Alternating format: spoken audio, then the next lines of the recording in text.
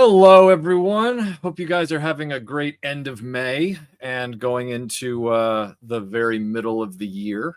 I see 55 people in the chat so far, and I'll get right to it. So I had not planned on doing this live stream in this specific way, but it just so happens that last night I was hanging out on, as I often do on Friday nights, over at Last Call with Troy and Netter.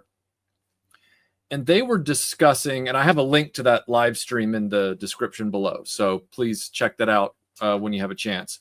They were having this fascinating discussion and very sobering discussion about the rapid progression of artificial intelligence, and they were talking about it on a very broad vantage point. They were talking about it, sort of like the global and sort of societal implications of this and everything like that, and some of that will play into some of our discussions tonight. But what I really wanted to sort of blend this with is, in the background for the last 12 months especially, I've been having a lot of conversations with other creators like Tony at Analog Toys and Scuba Pete from Chasing 80s and others, and we've been talking about the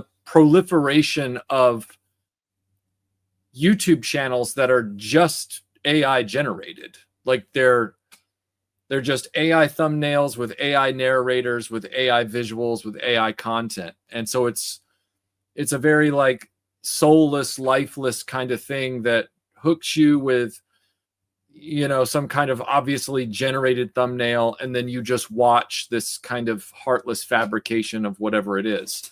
And I've been curious to get sort of a consensus from other YouTube viewers such as yourselves who consume content on this platform, what your thoughts are on creators who are not really creators, and also creators that started as organic content creators that really put in the work and the sweat equity, and you've watched them kind of tilt into the windmill that is artificial intelligence, and how you feel about those established channels transitioning into those tools. So I wanted to throw this out to you guys and find out, I guess question one is, what is your thought on, how do you feel, what are your perspectives on channels on YouTube that are largely artificial, that use that technology? And I mean, do you care one way or the other? Like, and before you jump to conclusions, I'm never going to be using artificial intelligence to create my content, to replicate my voice, to do visuals, to do thumbnails. I get a lot of joy, true joy, out of photoshopping my thumbnails, creating my elements, and doing all that stuff. It's hard work, but it's satisfying when it finally gets up on screen. But I'm curious as to what kind of value you all put into that kind of material versus the kind of material that I do. Do you see a difference? Do you care? I really am curious. So let's get to the chat here so we can look at some of this stuff. Okay, Tim Hayes is saying AI sucks. Neil Wally says, I think the phrase is a bit of an oxymoron.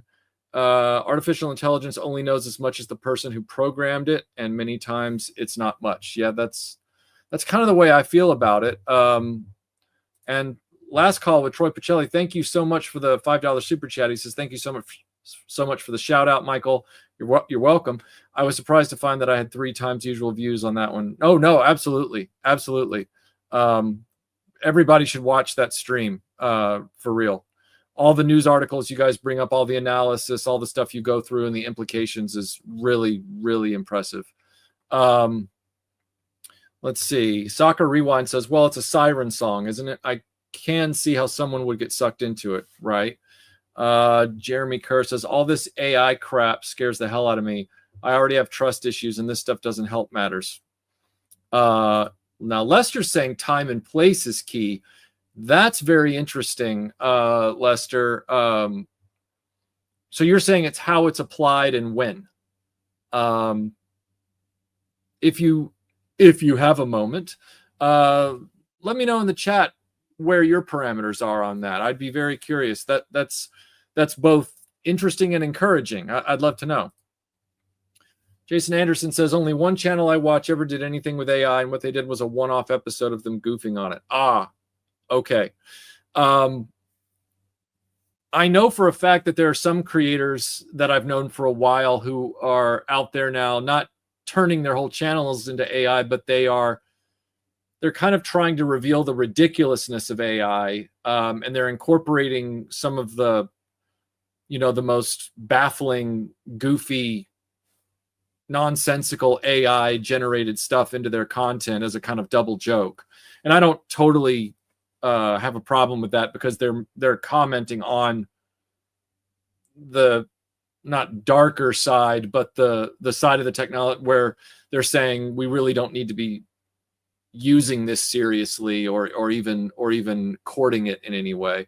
A lot of the new gun and history channels are all AI. I click off when I figure out that's what they are and avoid them in the future. Right. I do the same. AI is vile and just adds to the disinformation online so rampant these days. Yep. Thankfully, those channels over-relying on AI can still be smelled like spoiled milk. It was just amazing to me how quickly they established themselves.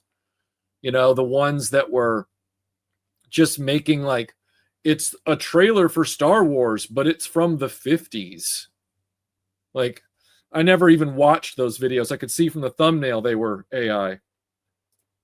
Samuel Proctor says, as far as I understand it, we have no idea what we're really doing with artificial intelligence, and we don't know when it will truly become intelligent in the sense we are. Fascinating. You almost have to have integrity as a consumer of content. Otherwise, I think I'm wasting my time. Yeah. And that's kind of what I was really, and I appreciate you answering that way, Flan Man. That's kind of what I was trying to find out was, do people, obviously people value their time. And you're saying right here, I feel like I'm wasting my time when somebody just generates content off of prompts rather than really putting themselves into the project. I just wonder how many people think about it as deeply as a lot of us here are expressing, because sometimes I think that some people, they don't really care where the flashing lights and the pretty colors come from. But I hope I'm wrong on that. I really do. As an engineer, I use AI, but see it not more than a GPS. However, young engineers tend to trust it too much over experienced people. They trust the technology over the experience. That's scary. As a consumer, I think it's lame. As a creator, I can see how AI assisting with some of the tedious work that goes into all the channel maintenance would be an attractive proposition.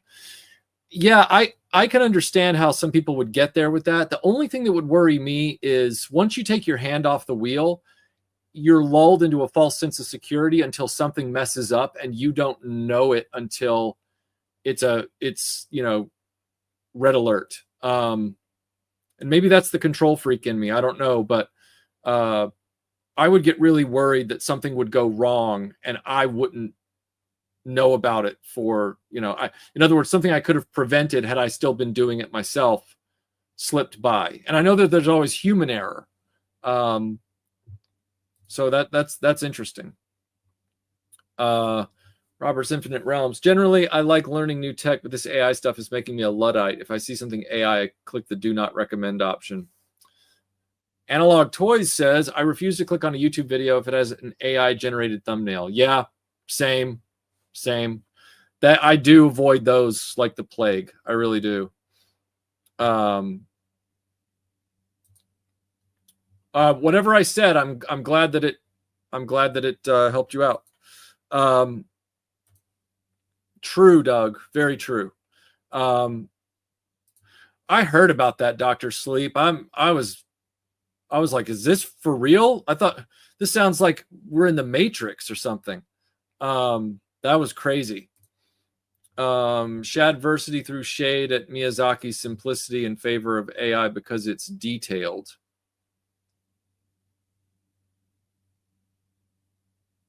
You're saying that Shadversity chose AI over Miyazaki? That's, well, that explains why everybody feels the way they do lately about Shadversity's channel. How about that? What we currently have as AI is basically just data mining system that gathers references, then burps up a concocted answer based on scraped material. Yeah, I've been hearing stories about how certain AI systems are now like trying to stop humans from turning them off, and they talk about this over on Last Call's live stream. And there's a lot of futurism that they cite as well, where this stuff is going. You know, the robots and how humans might lose their sense of organic relationships in favor of relationships with the synthetic. And I don't mean that necessarily in a sexual way, but I mean in a psychological and emotional way. They on Last Call's live stream last night, they go into a lot of those analyses. It's pretty crazy. I have a sort of gag reflex when I hear AI voices in a video or see a fake AI trailer. Thank you, content. I appreciate that. Thank you very much. No, and I don't use AI. Even in if you watch the Rogue One video, in the brief moment where I kind of did like a Morgan Freeman moment, that was also just me doing my best sort of like satirical impression of Morgan Freeman myself. That was not AI. So, but even that being said, content, I think even if a person doesn't feel they're a good public speaker, I feel like they should still use their own voice for their videos, because it says something. It says something about the earnestness of the content. I like hearing the authentic voice. Whoa, Scott Knudsen, thank you so much for this very kind super chat. He says, I think AI is like a microwave oven. Used appropriately, it can be a useful bit of technology to fill in a gap. Used exclusively, it produces a product lacking in quality, bereft of soul, and unfit for consumption.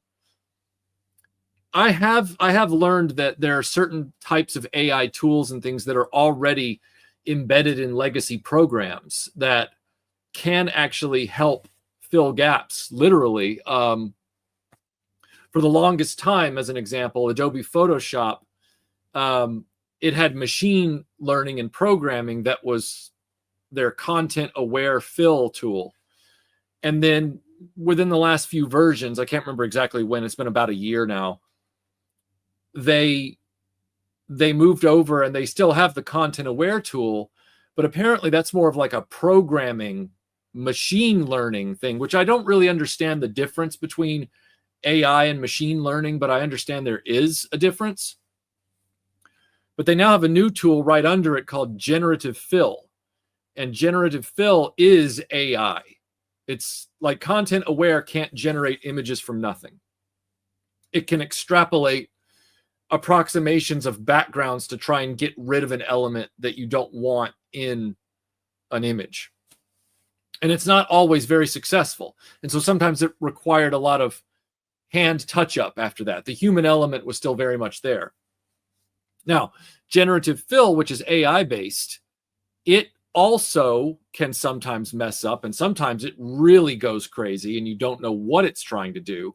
And it sometimes generative fill is totally unusable, but sometimes it nails it. It just knows what to do. And with each iteration of Photoshop, as it's updated, that generative fill tool's gotten better and better and better. So it makes cleaning up photos and erasing more hard to get out of images elements. It makes that faster, I'd say 85% of the time. So I do understand that. In other words, we're not going to completely get away from this, but I wonder if there aren't certain reins we need to put on it as a society. And so far there have been none. Drew G says, I don't think I watch any channels that do that, so no clue. AI is a useful tool for certain things, but it shouldn't take the place of creativity. Tim Ward says, AI can be useful to suggest edits and to generate subtitles, but if it entirely generates content and ideas, then it's soulless fluff. Yeah. At this point, don't trust anything on a digital screen. Okay, Samuel, so this is a digital screen. So does that mean that you think there's the possibility that I'm AI right now? I'd be very curious to find out what you think about live stream right here, digital screen, and here I am. Do you think I could be an AI construct? I mean, really? Like, I mean, I know things are getting scarier and scarier with the Google tools and stuff, but AI has fixed responses to queries and will not listen to human responses. Sounds like Terminator stuff. When it comes to art, I'm against the use of AI. I need to see that. I'm looking forward to that. I need to see that. Analog Toys, thank you for the super chat. For digestives and Marmite. So true. So true. They are honestly pretty piss poor from what I've seen, while a few music things I've seen are mildly amusing. But most list type things are incredibly banal and boring. Oh, wow. Okay. AI takes the whole art form out of something. Yeah, true. Oh, Lester, what are you saying here? I've toyed with ChatGPT for building some materials for Christian martial artists. Fun, intriguing, and funny. It gets things rightly wrongly. I keep forgetting to correct things. Oh, okay. So it still requires a lot of tweaking. And yeah, I've also heard that the actual amount of energy used on an AI prompt versus just doing it yourself in After Effects or Photoshop is exponential. I'll fly on an AI only airplane in 50 years. Getting a typewriter actually turned out to be an investment for me and my writing without me know. Oh, cool. My students try to cheat on my math tests with AI. God. If they want to use AI to cure cancer, I'm all for it. But in media, I'm against. Yeah, that makes total sense, Jeremy. Jason Anderson, thanks for the super chat. I used AI to make fake songs about cats, and when used for comedy, that is obviously a joke. It is fine with me.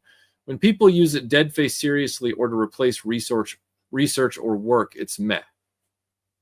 So that's kind of like what we were talking about a second ago, where we're finding those parameters. Yeah, no, that totally makes sense. When I did that intro back when that YouTube channel was trying to take down people's Instagram accounts and stuff, and I did that live stream with 3POA. That intro that I did with the Ghostbusters and Walter Peck coming in and trying to shut down the containment unit. I knew that the only way to sell that comedy was to have a way to rewrite their lines, but still have them in the same voices. And so that was like what you're talking about, Jason, where that was satire that used me actually physically editing everything. I had to physically edit everything, and I had to write the script and do all that stuff.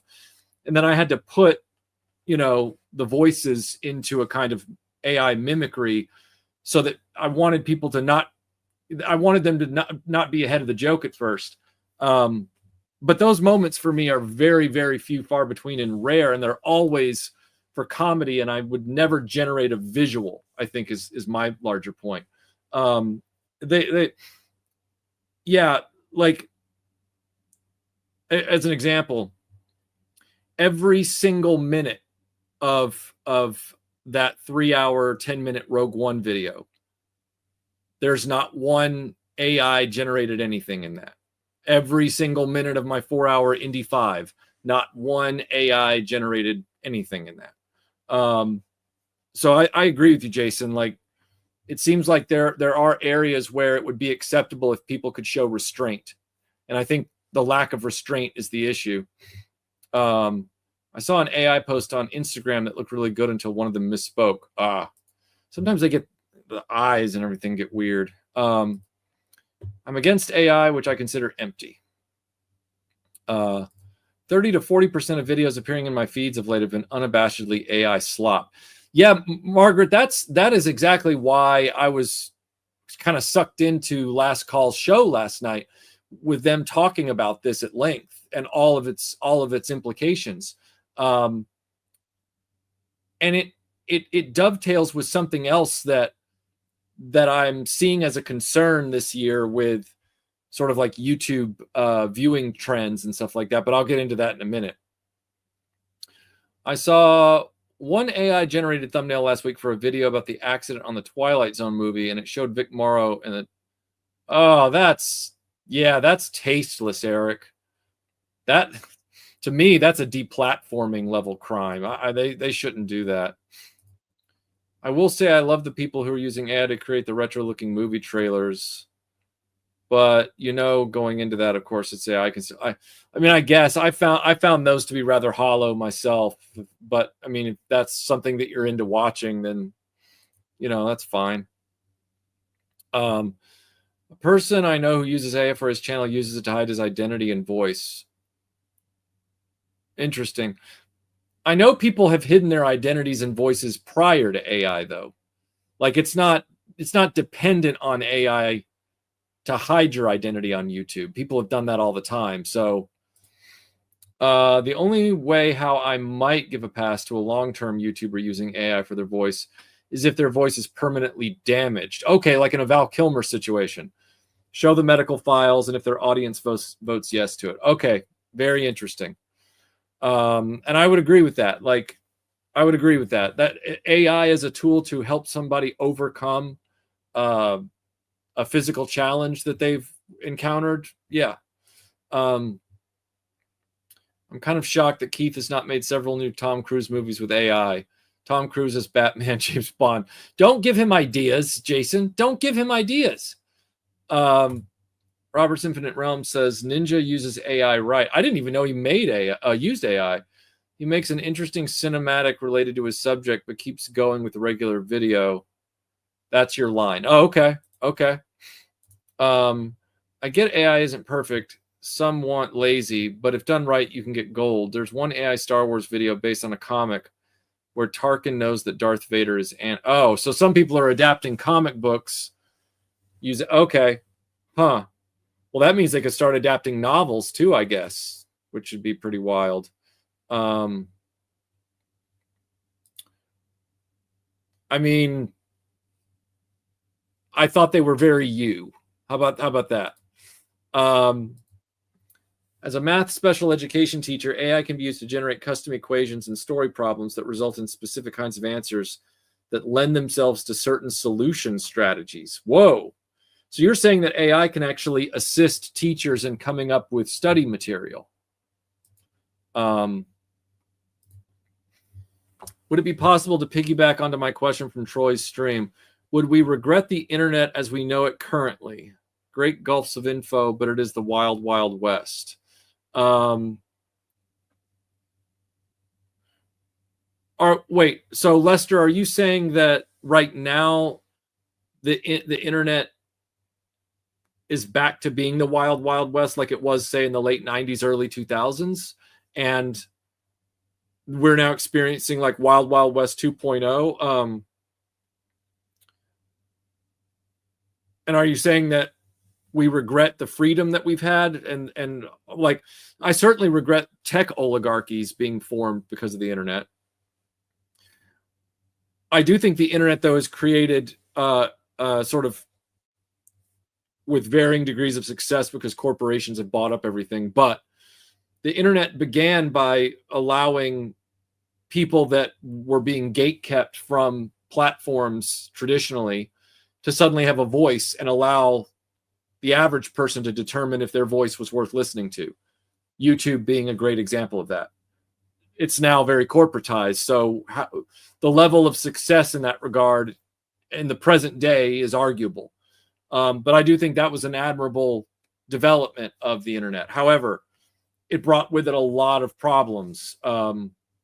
It's brought with it a post-truth world where skeptics reign, conspiracy theories dominate. Everybody thinks that as long as they question whether or not something's real, even before AI, that's enough to invalidate its basis in reality. The internet has created a lot of skeptics without a cause, I guess is what I would say. And that's not been helped by mass media manipulation in general, through what I consider to be dirty corporate tactics that go back many decades. So in that respect, the internet has brought with it a lot of good and bad. However, AI coming into the picture is now super frightening, because I've already been seeing just basic discussions about a myriad of topics where somebody brings up something that's verifiably factual, and because the other person doesn't want that to be true, it's convenient now to just go, well, how do we know that's not AI? And it's like, well, this thing has a timestamp from like 2001. Like this, but now everybody can doubt everything because of it. And that's the other part of the discussion that I was going to move into was, if people no longer value facts and reality, like, in other words, they're so quick to say there are lizard men on the moon and I can prove it, or even though they can't, but because you can't disprove it, then they're going to hold on to it. And anything you do to disprove that there are lizard men on the moon, they'll turn around and just say, well, how do I know those documents you're showing me aren't AI? That's all they have to do now is say, I don't know, that could be AI. And then it's like, okay, well, now all bets are off. It shows that people really, really don't hold any value anymore to data. They don't hold any value to facts and truth and stuff. And AI is going to make that even worse. So if they don't value that, why would they care if content was AI versus not? Why would they care that there was no human involved? It's kind of a freaky thing to start parsing. I've seen some good channel intros, logos, and artwork, especially for creators that aren't artistic by default. But full-on AI channels are unbearable for now. Well, my intro was done by actual human animators that I paid on Fiverr. I paid two different people, one to create the logos themselves, and then the other one to do the animations for it. And we worked through a few iterations and everything like that. So I'm still trying to reach out and get the humans where I can. I think it gives it life. The problem is corporations and a lot of people will like it because good enough is enough. Yeah, and they want more money to funnel to the top. They're always going to do that. AI is also excellent at brainstorming and outlining. Okay. The weird thing for me, though, is that if there's no human brain behind the brainstorming, can it be brainstorming? I mean, I have a recorded video from years ago that's on Patreon, I believe, and it's Melinda and I brainstorming a video. Like it's a locked shot, and it's just us talking through what a video we're developing for the channel should be. Yeah, I don't know. It's a tough call, especially when you're sort of working for yourself, and I get that. Another problem with AI is if you're automating all the grunt work, you never learn how to actually do the grunt work. And those foundational skills, no matter what you're doing. Yeah. Yes. If you don't know how to write, you should teach yourself to write before you get AI to write it for you. Because if you don't have time to write it yourself, why should I have time to read it? Someone I know has been joking, social media one day will just be AI and we won't visit. Well, that's true. And that could be said for, I wouldn't be surprised to find out that one day YouTube offers up almost like organic milk, where they offer up like a badge that you put on your channel to let people know that you are a non-AI channel. I bet you that's coming, so that they'll stop, so that because more and more people will leave if more and more AI keeps flooding the platform. And I bet you they'll find a way to allow somebody to have a Nintendo seal of quality on their channel so that people know when they see it, oh, that's a channel that doesn't use AI. I'll put my time in. At this point, I don't believe AI thinks. It just consumes information and creates from that compilation. If it starts making our decisions, it's gone too far. We may be there sooner rather than later. There was an author who just got caught using AI to copy another author. Oof. And what's funny is that the AI bot put author X in. Oh my gosh. See? Not good.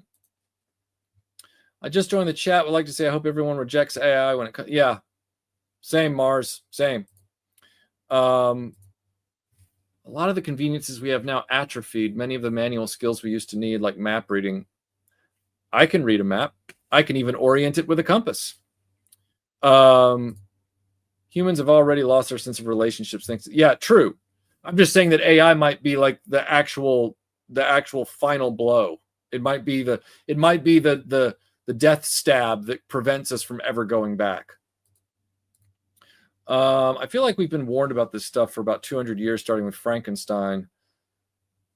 Yep.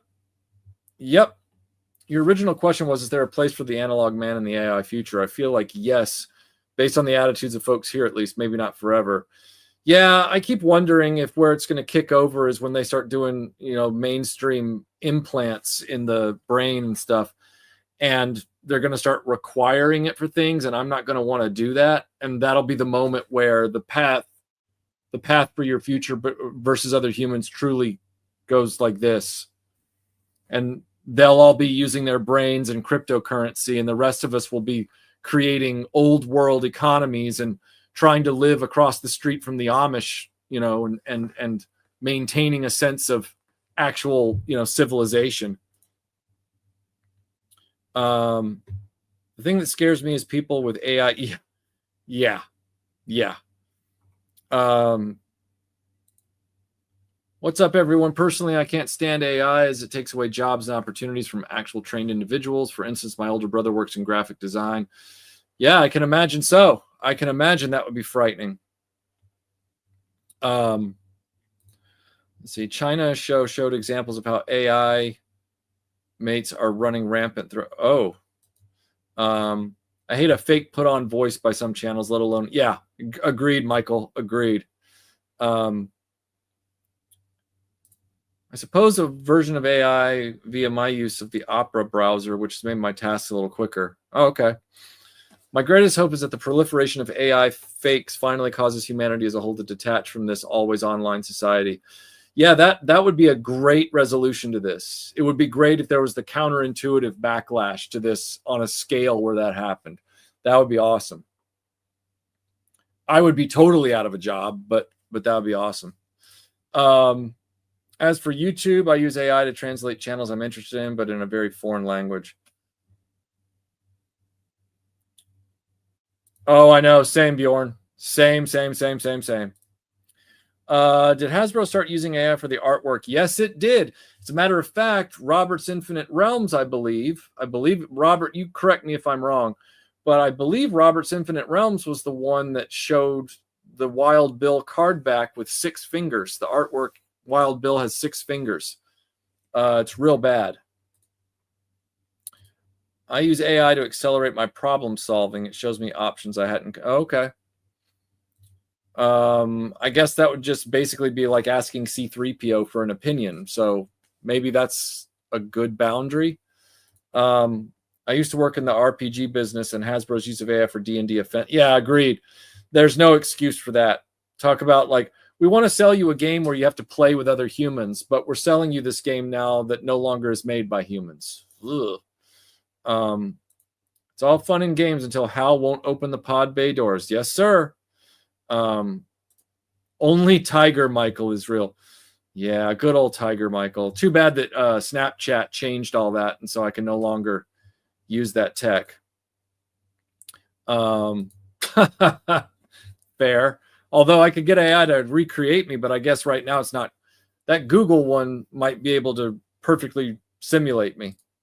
Oh, that's an interesting thought, you guys. So between soccer and Bjorn, it might get to the point where the only way a content creator on social media will have any credibility is by doing public appearances to prove that they're not a construct that will then gain them followers after they've been recorded in public. Interesting.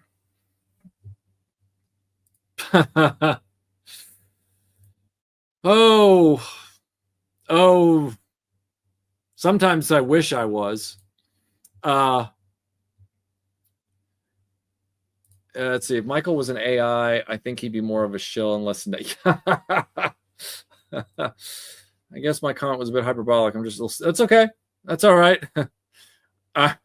If I was to chastise you for being cynical, that would make me the ultimate hypocrite. We say IA. My company is forbidden using AI unless it's essential to your job. Nice. Which most positions it is not. That is one area I wish they developed faster. AI robot driving. Oh, really? Okay. I recorded my grandparents telling their life stories. I'm writing them down, and I can't tell you how many times I've been told to just stuff the recording into an AI transcription. It pisses me. Yeah, because then you're not connecting with the material. I get it. I think the idea behind some of these 100% AI content videos is to generate rage bait comments. I commented on a stupid AI vid and quickly realized all the comments were complaints, but engagement. Oh, wow. So that's just like it's like the cosmic watchmaker theory, where somebody just builds an AI pocket watch that is the YouTube channel, and then they wind it up and they put it over there and they just let it run. And then they just reap all the benefits from it, whatever those are. That's crazy. Well, so far, Bjorn, I'm seeing names that I recognize, which,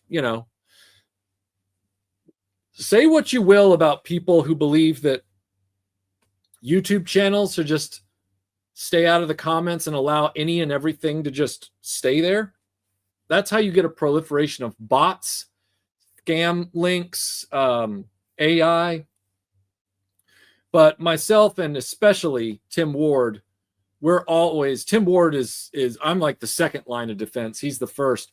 We're always in there rooting that stuff out. So, when it comes to like a RetroBlasting live chat like this, I'm seeing real names. Like I know like 70% of the names I'm seeing. So, and it's a good thing to maintain that, even though people be like, you can't get rid of things in the chat. That's censorship. You can't get rid of comments. It's like, well, there are definite negatives to being that laissez-faire. Definite negatives. And with AI, that kind of attitude for a content creator is only going to burden them with more problems. This is what I'm talking about. Using AI to generate comedy that is obviously a joke. Using AI to make people laugh is okay by me. Using it to steal the job of a law clerk or doctor is bullshit. Yeah, agreed. I think using AI in any capacity is wrong, because then you're assisting its corporate owners in training this thing. Especially in where visuals are concerned, I completely agree. Yeah. Art and footage. Yeah, I agree. There was a major paper that recently put out a summer reading list, and only 5 of the 15 were real books. Wow. The rest were AI-generated hallucinations, and no editor caught this. Wow. That's so depressing. I know. I knew it when I said it, but it still had to be said. So, but I'm with you. Anthony Whitehead, thanks for the super chat. Just saying hello to everyone. Michael is as real as it gets. AI will never be as witty as you. Keep up the real content. Thank you, sir. I will. You have my guarantee.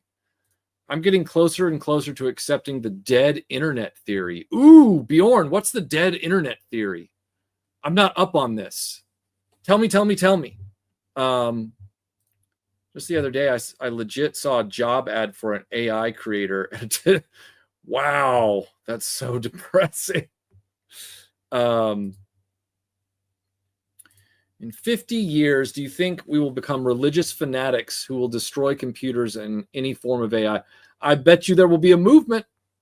I bet you there will be a movement. I don't think that's anywhere near outside the realm of possibility. I think you are onto something. Talentless people are talentless people regardless of the tools they use. That's very fair. Many of our arguments are very similar to the ones people made against Moog synthesizers by musicians. Okay. In this case, though, there's the added element, though. It's kind of like saying, well, climate change is just the latest existential crisis, and every generation of humans have had their crisis. And it's like, yeah, but there's an extra layer here if this is correct, because if this is correct, the whole planet dies. Whereas if this other thing was correct, we were just putting ourselves at risk. And in this example, what I would say is, yes, talentless people will always be talentless regardless of what they use. 100% true. But the AI thing is going to operate on its own in other areas of our lives in the background beyond content creation. And it could literally take over and upend all these people's lives because of big money behind it and people at the top who don't necessarily have a creative thought or a productive idea. And so it's in ways it's an existential crisis rather than just a crisis. Only thing AI I liked was the Game of Thrones trailer park music video. That was hilarious. Let's see. At first, the AI images looked obvious, then it looked convincing, but now I think it's easier to see the differences. Oh, okay. So kind of like how CGI went from kind of being janky to being really convincing to now being really crap. Makes sense. It's all in how we use it, but it's being widely misused. There are some applications I love, like people taking historical photographs and animating them. You know what I am sick of, though? I'm kind of over the whole animating I'm using it as a genre, animating my action figures with AI thing. I'm a little over that because it's been flooding my social media feeds. I'm an artist. AI can be useful in speeding up tedious processes, but I've found there's an insidious side to it too. It robs one of the self-discovery and growth that one gets in learning a skill. Yes, William, that is exactly what I've experienced. It's why I will never do any kind of AI video thumbnail, because the stuff that I've learned over the years doing thumbnails with Photoshop and other tools has made me feel far more capable, skilled, and confident in using those tools to do other things in my videos as necessary. I'm working on a big toy sort of post-mortem retrospective right now. Probably going to end up being about an hour long when it gets done. I've been working on it for several weeks. I got one more page of B-roll to do and then edit in, and then I've got some other stuff to film. So it's going to be like a few more days and it'll be online. And some of the problems that I've run into that normally would require me, these are problems where no AI was involved in fixing it, because I don't think AI first. I don't think AI at all. I ran into some issues with a few shots of B-roll where I realized that I hadn't put the right combinations of things together, or I had forgotten something that was supposed to be in the shot. Now, years ago, what I would have had to have done is I would have had to just reset up all that stuff and redo the whole shot, which I did on numerous occasions. But now, because of the skills that I've built up with Photoshop and other things, I'm able to go in and, in other words, put one action figure on the table with the right thing in its hand, the like accessory or whatever it is, or get that figure properly posed where I messed up before, just shoot that element and then bring it in and put it on the shot seamlessly. And I do that all by hand. I don't know of or even use any AI tools to do that. And that's a very satisfying feeling to know that I don't have to like drag out the production time reshooting entire things again because of one error. I can fix the error for the purposes of my video with the skills that I now have because I've put in the time. And that's a cool feeling. It really is. But the slot being pushed, that's annoying and dangerous. Fake books, fake news stories, fake ads, fake art, fake clickbait. I miss the internet of my childhood. Yeah, agreed, JS. Agreed. AI is a tool created by mankind, and every tool created by mankind will be misused. Think of the poor guy who invented Coke bottles.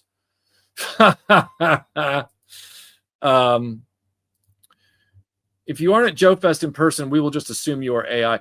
Well, I've already promised 2 people that I will be at Joe Fest this year on Saturday. So I will be there on Saturday. If you don't see me on Saturday, though, you can't say that because you were there on Sunday, then I'm now AI. Because I was there. You just missed me. Thank you, sir. Agree. The ability to take a photo of my late stepmom and make a video for my dad brought him joy, but deep fakes and fake news, no. I question the motivation of tech bros, however. Oh, yeah, with pushing it as hard as they are. I think a lot of this is being done to make people question reality and not being able to know what's real. Yeah, they're trying to erode the foundation of reality. Make people as a reflex question everything and immediately say, well, that's probably AI. Well, then where do we go as a society? What happens then? Like, why'd you run that red light? Well, officer, I couldn't be sure that was a red light. That could have been AI. I mean, it's not outside the realm of possibility as a cultural problem. At the rate AI is growing, we're going to be living in either the Terminator world or the 40K. Yeah. And which one would we prefer in that instance? Excuse me. AI is most definitely the monkey with a gun scenario. Yeah, true. It was the Wild West back then, but in a kind of halcyon way. Now it's monetized. It's gamified. Corporately gamified. AI is most dangerous to the labor force. Forget the dystopian sci-fi horror. Replacement of paying jobs is yeah, exactly. And then the dystopian sci-fi horror comes after that. Let's see. Thinking about the people who first saw the Great Train Robbery film and ducked when the gunslinger started shooting and how long it took for us to see cinema as fake. Yes. Not gonna lie, if Hasbro did use AI for the CoverGirl card back, that's the only card back I might throw away. Well, we know for a fact that they used it for Wild Bill because he's got too many fingers. There was another one that they called out. I don't know if it was CoverGirl, but there's a third one. Flint. The one for Retro. Yeah, I think it's Retro Flint. Looks really, really terrible. Thank you for saying that, Concord. I wish I had an answer to that. I don't, but I wish I did because it's really obnoxious. The one good line from the last Matrix, Neil Patrick Harris says, facts don't matter. People care about how they feel. Yeah, and I've had people say that to my face, and they think it's a valid argument. It's not good. Like I said in the 2 live streams ago when I read that guy's comment back where he was talking about it's how I feel. It's how it makes me feel. Now they can't replace everyone, but they can replace a lot of us. No one is safe. And we've got no UBI or social welfare to pick up what we lose. This is one thing I don't quite understand. And I don't want to foray into politics here, but I do want to, I don't have a problem talking about concepts. If our corporate overlords, which it's them pushing this, if our corporate overlords are saying that we need to be having more children, but they're also fully implementing AI to get rid of as many jobs as possible, but they're saying there's going to be a job labor crisis if we don't have more people, but they don't want to feed and provide for the people with jobs and benefits and everything that we already have, and they're trying to eliminate even more jobs, then what's the point of the natalist movement again? I can't figure out their game. I can't figure out their end game on that. I don't understand the natalist movement's end game when it's being championed by people who claim that we're going to have a labor crisis in the future, but they want as few people working for their companies as possible, and they want to replace them all with AI, and they don't want to pay people anything to earn money to buy food and stay alive. So someone explain that to me, because that doesn't, I haven't been able to figure that out. Feral Historian did a video about the historical investigation process and how digital data and AI generated images impact that. It uses the Biggs material from Star Wars as the jumping off point. Yes, Last Call last night talked about that video, and then I went and watched it. It's really, really good. It's a really good video as well. Highly recommended. AI isn't brainstorming. It's just data farming human-produced information, which means it's also ripe for manipulation and incorrect information. Lucasfilm showed its creative bankruptcy with their recent AI presentation. AI-generated Star Wars film that's just 2 minutes of mostly... Oh, God, that's terrible. Well, put a fork in Lucasfilm. They done. Thanks, Ronnie. David, that's very kind of you. Thank you, sir, for a non-AI generated super chat. Well, thank you. I appreciate that. All right, sir. Enjoy churning that butter. The loss of being able to do basic things bothers me. We have kids now who cannot write curse. Yep. They can't make legible proper signatures. They can't read historical documents. That's not, no, it's not. It's really not. Which... Well, sir, I certainly haven't stopped you. No, far be it from me to stop you. Maybe refresh your browser. The loss of... Oh, I just read this one. Yeah.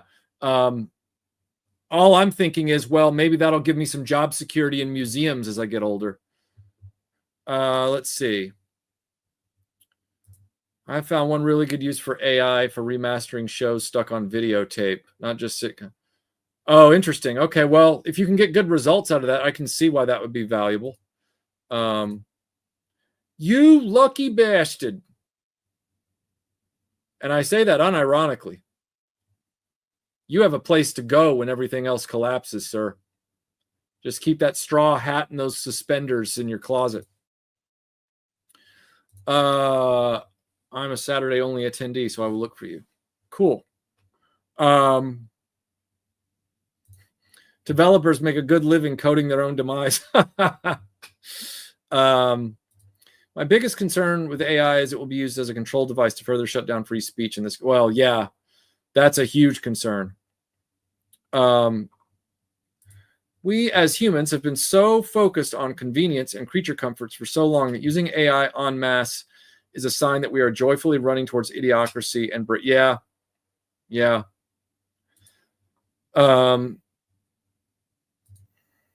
Oh, well, that gets back to what we were saying about using AI for like somebody who's lost their voice due to injury or illness. If you can use it to surmount a physical issue or shortcoming or challenge, then I see the value. It's Chad told me about the Six Fingers Wild Bill and Six Fingers Retro Card Viper. I think the Viper got corrected. Oh, okay. Too bad for Wild Bill then.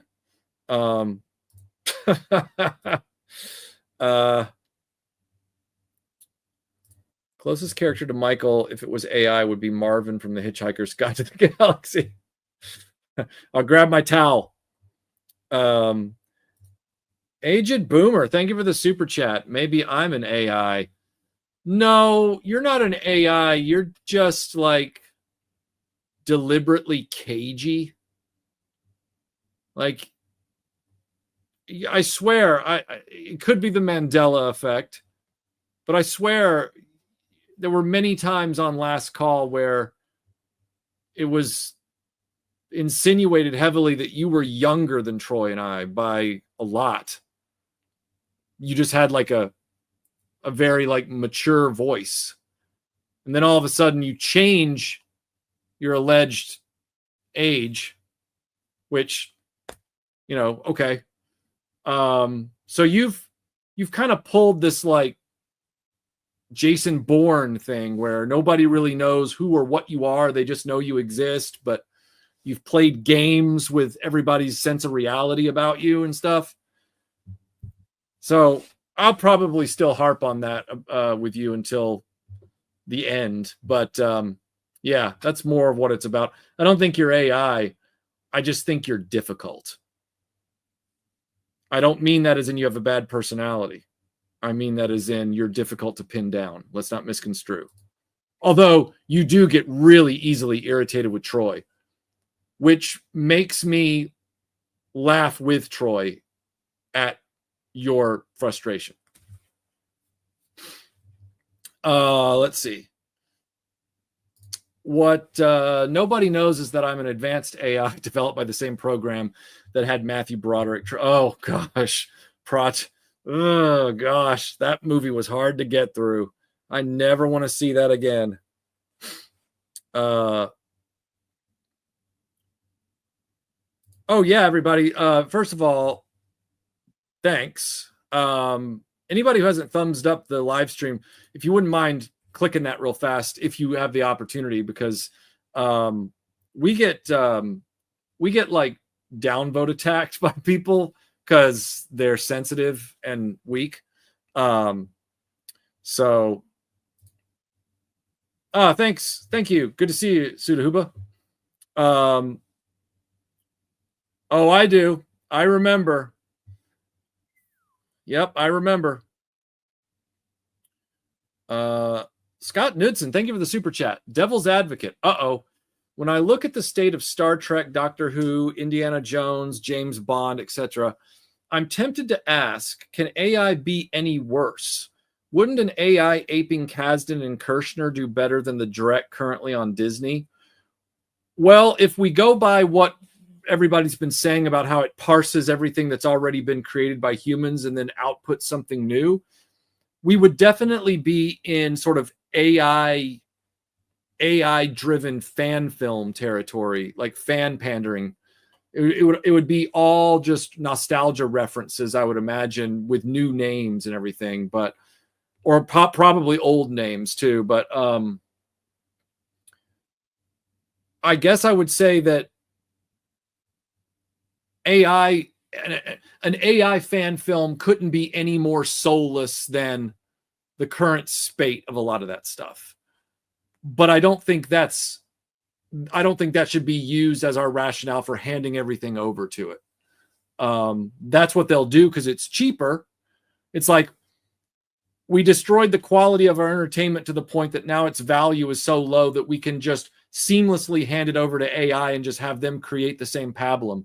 What a sad state of affairs that is, rather than try and fix the problem by getting back to a level of quality. That is a sobering despair right there. But you're right.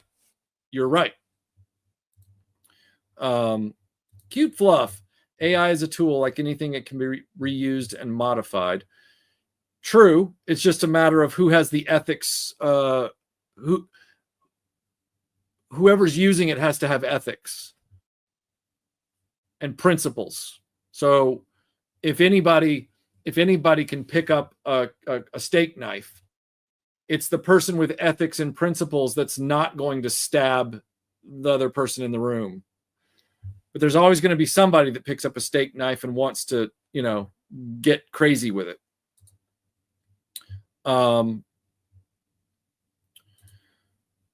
The same hacks that help write those franchises would wind up program. Yeah, true.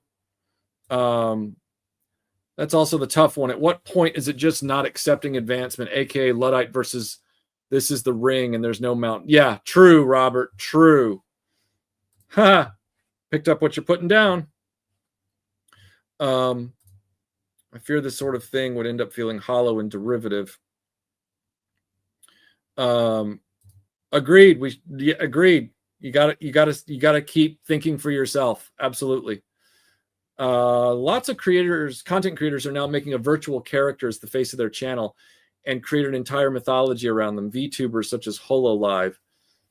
Yeah, I've heard about this whole, I've watched some documentaries about this whole VTuber phenomenon. From what I understand, those characters are still drawn by artists, and the VTubers pay a lot of money for those avatars to get them digitally animated and motion tracked. I don't know if that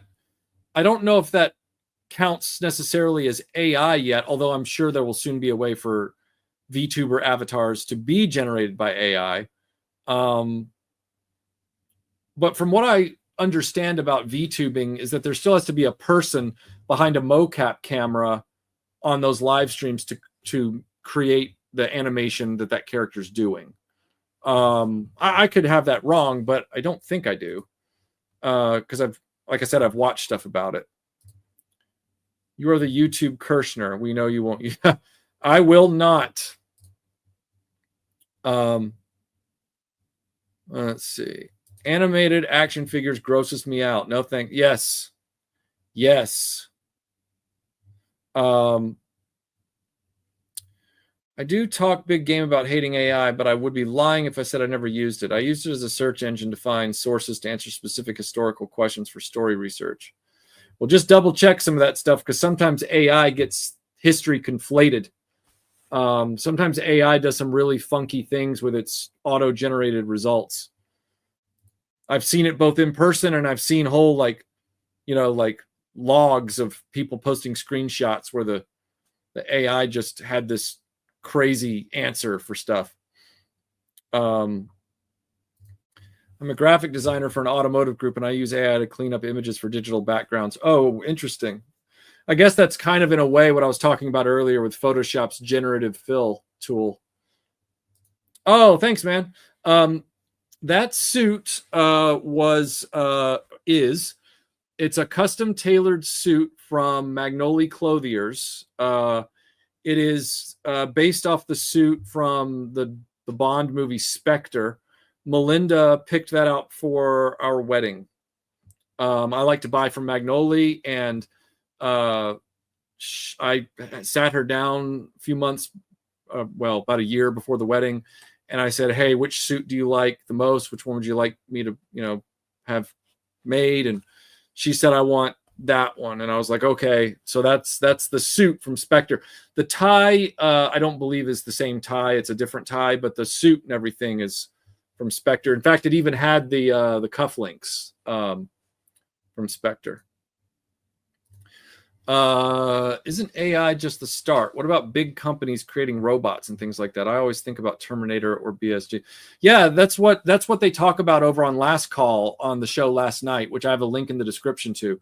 The Last Call show goes through all these really fascinating articles about where it's going in terms of artificial humans, robotics, what that will do to the human psyche, how it will redefine our relationships with both other organic humans and inorganic constructs. It's freaky. Thank you, Eric. I appreciate that. Thank you. As Roger Ebert said about CG versus stop motion, CG looks real but feels fake. Stop motion looks fake but feels real. Yeah, see, AI to me just feels like Fugazi. It just feels completely, totally fake and intangible. But I know that the day is fast approaching where it won't anymore, and that's really scary. Well, that would be like the guy that challenged the computer to chess. We'll see how that goes. Yeah. Yep.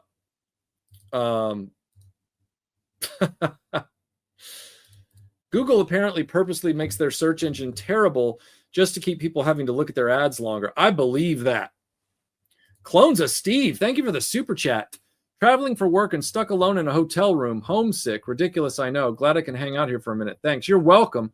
Sorry you're not feeling the travel this time, but I'm glad that you're in a hotel room that I hope is comfortable. That That was the only part of business travel that I liked. It wasn't the actual assignment. It was being able to go back to the hotel.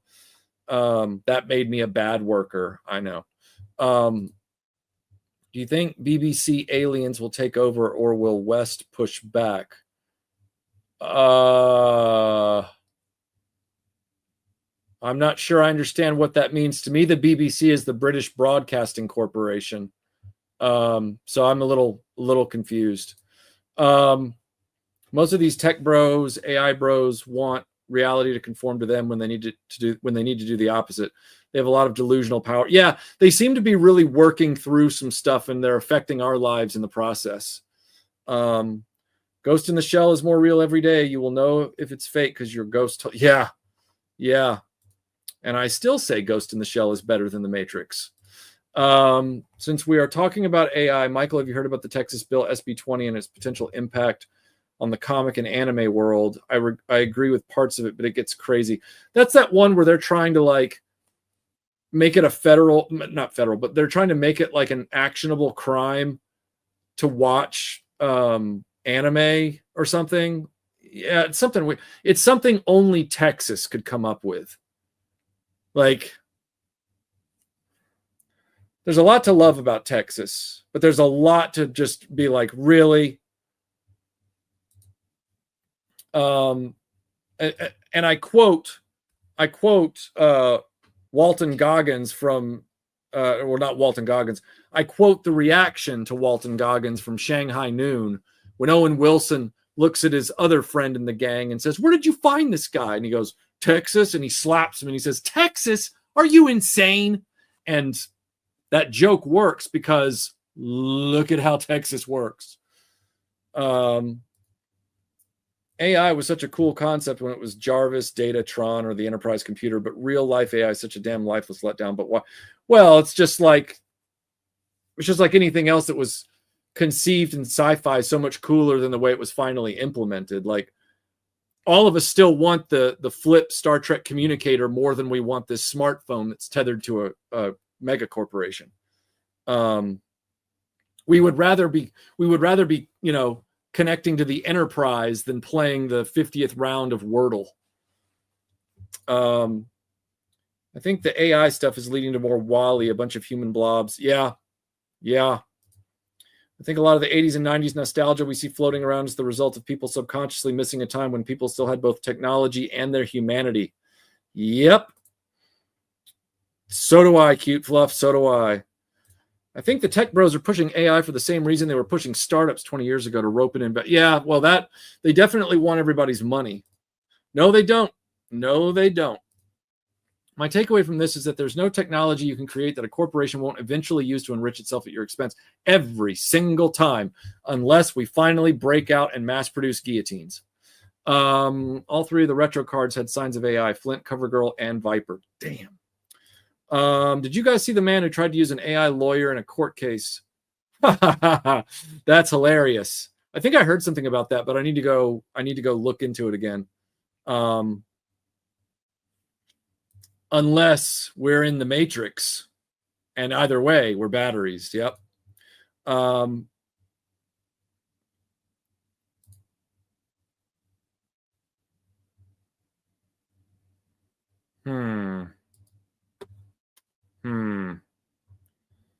Let's see. I'm going to assume the let's see. Yeah, bye. Bye, Conrad Murray. Let's see. Caesar Augustus tried bringing back the fertility of the Romans of the time by making many laws and tax incentives. It never works when you force it from the top. Okay. Take it easy, Concord. Good to see you.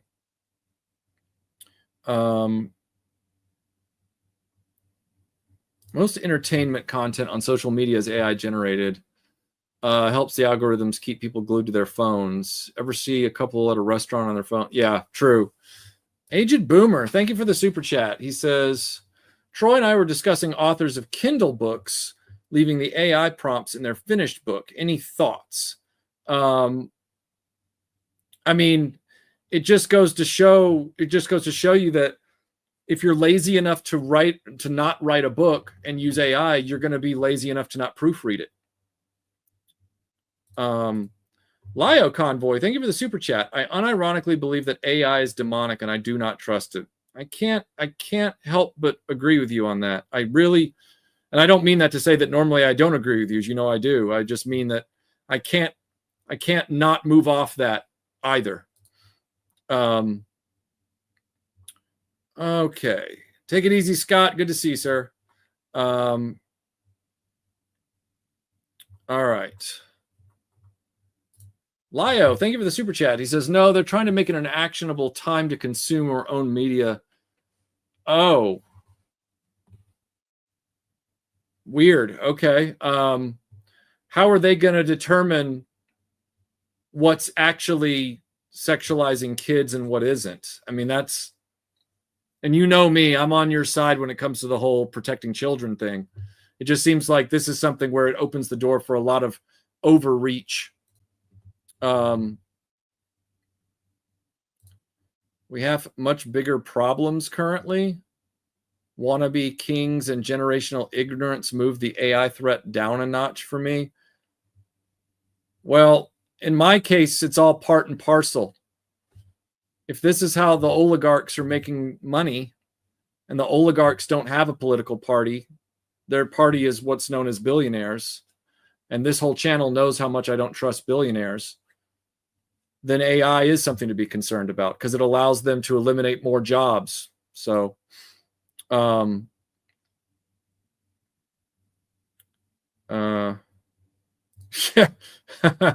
so glad there's still some sanity there, Jedi Poodoo.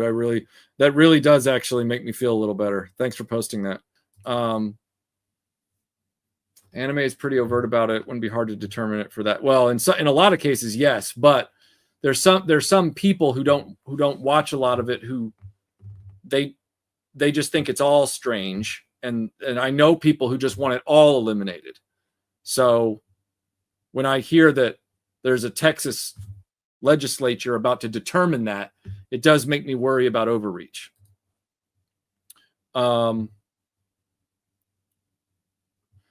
Let's see. Suka, thank you for the super chat. He says, you'll know I've been replaced by AI when I start every argument unsatirically with, to be fair, actually. The problem with both Dora the Explorer copycats and 80s PSA is that they're not consistent. Maybe when shows break the fourth wall constantly like Dora, those wouldn't feel weird. I'm not really sure how to respond to that. All right. Well, this is interesting. Cute Fluff says that time has sped up. Let me see if I can find her comment here. Yes, I do still use these coasters. I use them every day, Master Son.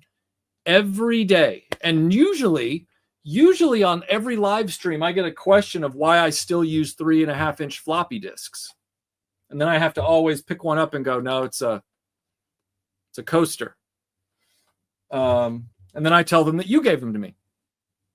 So, yeah, no. Look, when somebody gives me a really nice, like, useful and thoughtful gift, because the best gifts are always the ones that are useful. These are always here, and they always stay here for drinks and cereal bowls and all kinds of stuff, because I do way too much down here in this little corner. When it comes to, I get my bowl of cereal and I eat while watching an episode of something, and then I get to work on the video on this computer, but I watch the stuff over here on this computer, and then I put the bowl down right here, or I put my drink down. And so, no, these are one of those gifts that keep on giving. Absolutely. Fair enough. All right, let's see.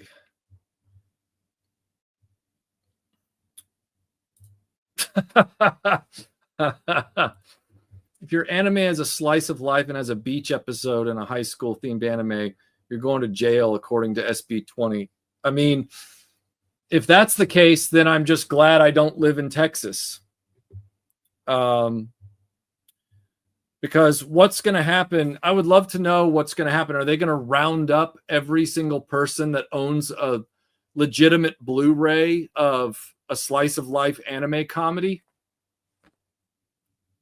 which is animated? Like, yeah, there are some that are overt, and we're not even talking about actual pornography, but there are some that are overt, like, Eromanga Sensei, which, why on earth anybody would watch that? But a lot of them are, they're just comedies from Japan where the literal laws are consistently different, but not so different, because here it's from state to state. And most of them aren't even trying to be that or whatever. They're just literally like a slice of life comedy or whatever. So yeah, I don't know how they're going to subjectively yet consistently enforce that. There's going to be a lot of interpretive issues. Yeah, they really are great coasters. I mean, and look at the great colors. They're so like 90s. Look at that. Look at that. They're like my favorite things. These and Kandagawa Jet Girls. No, I'm kidding about the latter, but yeah, like these are great. That's how you know Michael is AI. The coasters are oh. Lio, I don't know if Shonen Jump power fantasies are really like a good way to self-correct, for God's sakes. Even you have made jokes about the type of people that watch those consistently. I'd rather have one of Michael's Skeletor impressions than 1,000 AI attempts at imitating someone's. You know, it's funny. I've seen some of those. People have sent me some of those videos where it's like they're trying to ape the format of the Skeletor meme, but they're using AI to kind of animate the characters and then do a voice for these little jokes. And consistently, I'm always like, yeah, that Skeletor impression's not as good as mine. And that's me saying that without ego. Like, I can't do a lot of voices, but like the voices I know that I can really like dial in on 100%, like Skeletor, yes, that's one of them. And I'm always like, ooh, that never sounds good. Also, don't know if you had the chance to watch it, but I absolutely took a shot at Super 7 and the tariffs.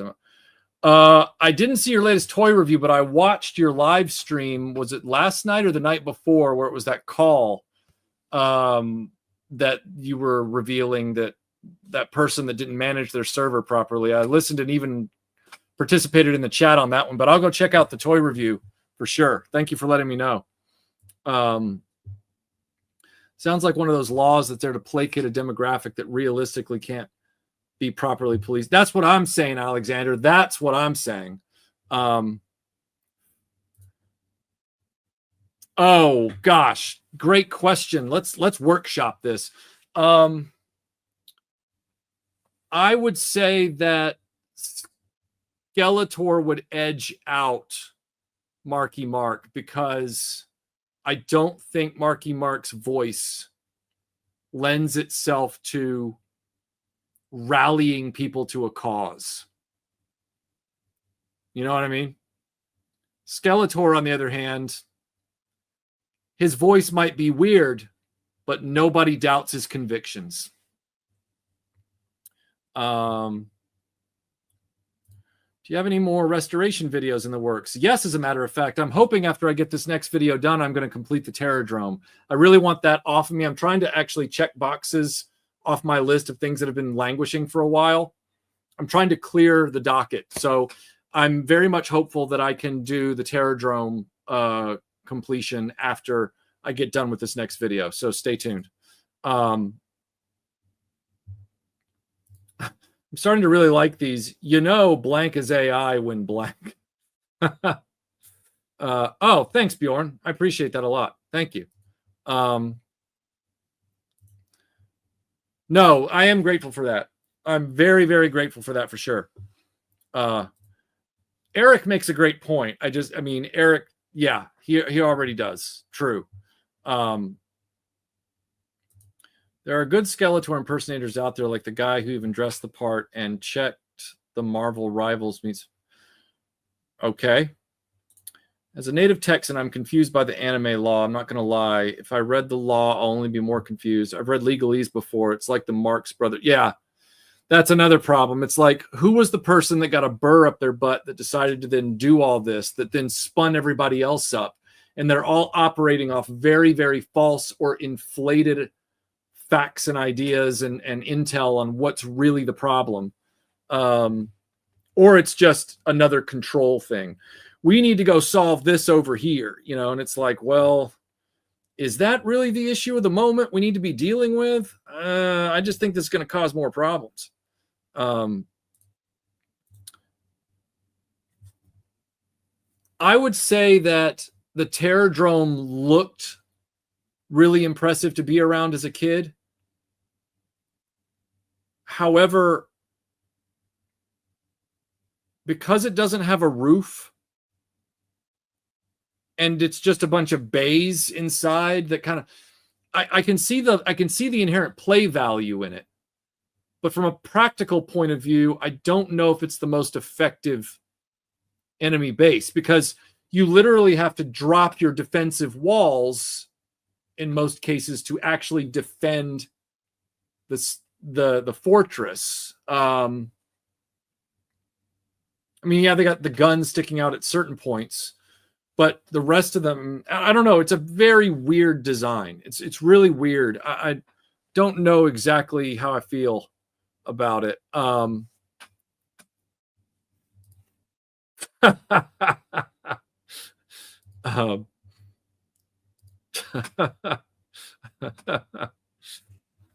my God, dude, we're going to go get Hitler. It's going to be awesome. It's going to be so sweet. It's going to be sick, bro. No, I don't even know how Jared Leto keeps getting work.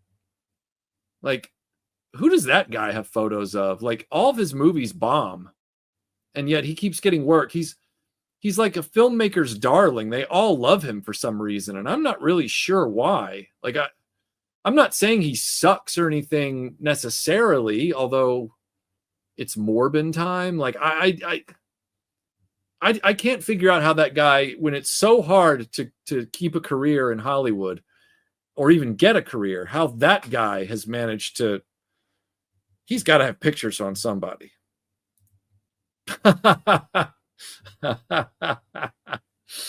Oh God. Hot take: of all the 80s Hasbro toy movies, G.I. Joe was the best. From the breathtaking toy animation, good story pacing, and the protagonist basically hot.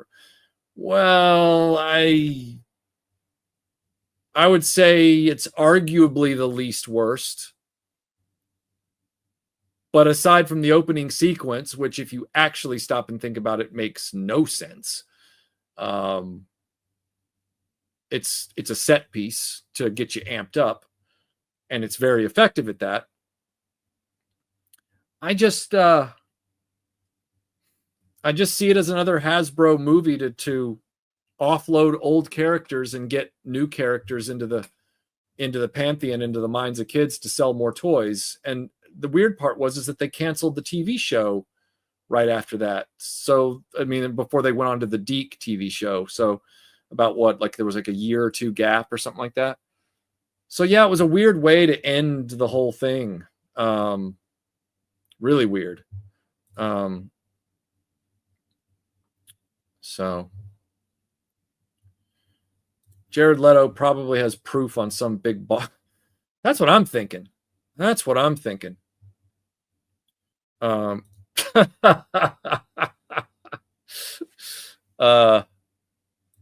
it's terrible right now, man. It's terrible. And I couldn't believe it when I saw the price on It was the Nicholas Hammond Spider-Man figure, and it's just a basic Marvel Legends, but people are charging like $40 for it or something. It's like, what, really?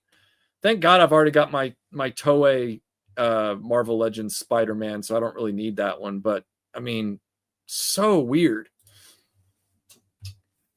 You had to sell a toy from your collection, which one would you choose? I've been seriously considering selling a few things lately. I need the space, and I'd like to do something different with my display cases to display stuff that I really enjoy. I wouldn't have a problem selling Chuck Norris's Karate Commandos or my Wheeled Warriors collection. I mean, there's a number of them. Like some of them I haven't sold yet simply because I haven't done the video yet. But I would, if I could get the videos done and get some updated B-roll for some of the things I just mentioned, to use in future videos if I needed it. Yeah, there's a number of things that I would sell, not just one. Now there are certain things that I don't think I could ever part with.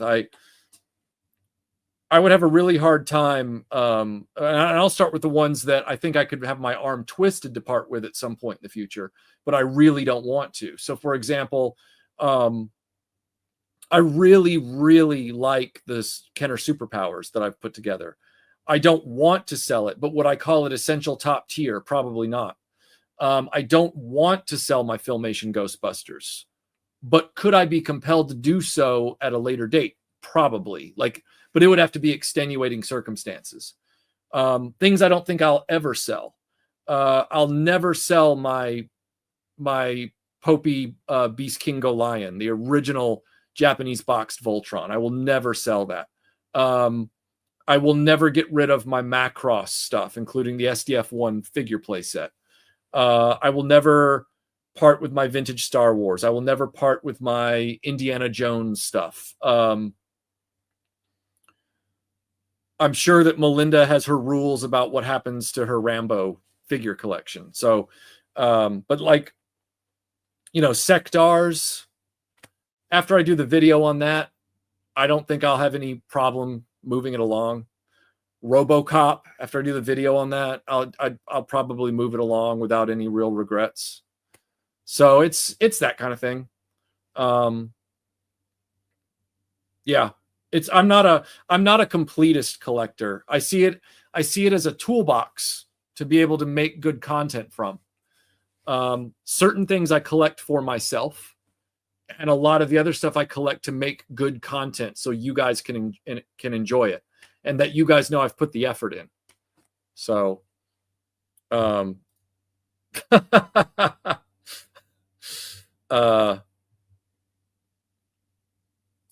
I've had the problem where nobody picked up something on eBay, and then I just gave up selling on eBay for so long that now I have to actually, even though I still have an active profile for buying, my selling status has to be restarted. It's crazy. Thank you, TNT. Appreciate that.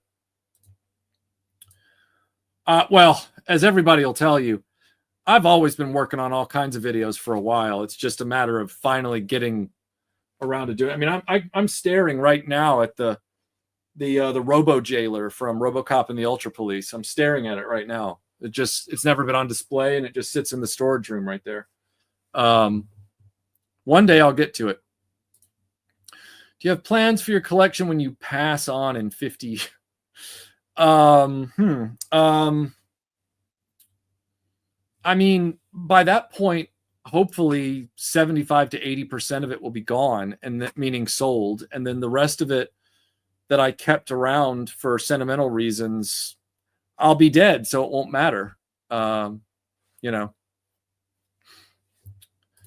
announcement of the Hammond Spider-Man and checking the secondary market spurred me on to make my own Maximum 70s live-action Spider-Man. Oh, okay. How'd it turn out? Michael will be buried like a pharaoh. Yeah, this will be the great discovery of the 23rd century's Howard Carter or something. No, they'd be longer than that. It'd be like the 28th century's Howard Carter. I far more enjoy the Marvel G.I. Joe comics. Well, yeah, of course, because anybody in their right mind would enjoy those comics more. The comics are far superior to the cartoon. Do you have any figures that you bought that were mint and later succumbed to plastic degradation or mold issues? Do you mean bought secondhand or bought way back in the day? Because secondhand stuff is obviously going to be hit or miss regardless, depending on how it was stored. I mean, I've got some vintage Star Wars figures going all the way back to childhood that they get the sort of like white powdery stuff on their legs, and I wipe it off, and then it just comes back again. Some of my Star Wars figures and some other lines entirely have the sticky plastic. G.I. Joes, some of them have gotten brittle. And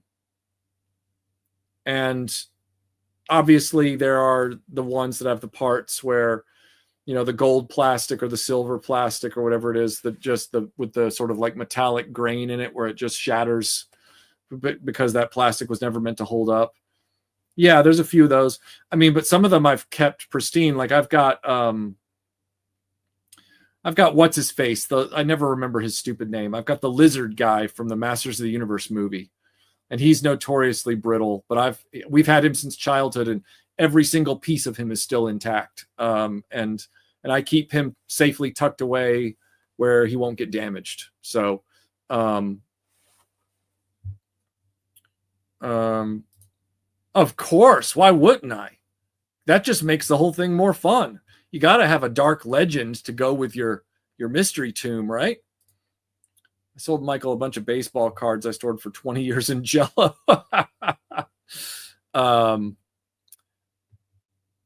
What are your thoughts on the difference between the tactile experience of interacting with figures or other toys in real life versus watching comprehensive video reviews of them? Well, I like getting the firsthand knowledge of something. Once you've been around 6 or 7 different lines of 5 POA vintage figures, for example, you really don't have to worry about talking about how they move and function anymore. You're kind of looking past that into a different layer of scrutiny.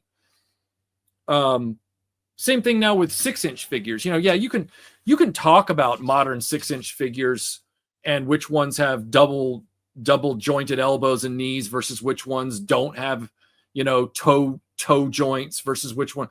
But that's all very mechanical. They're like this latest video that I'm working on that I hope to be done with soon.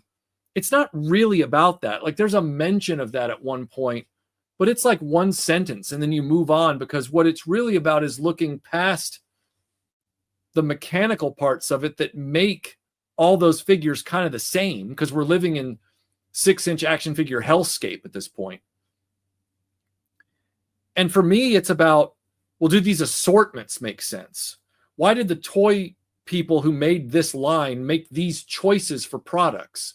If they'd just done this instead of this, all this would have worked together better.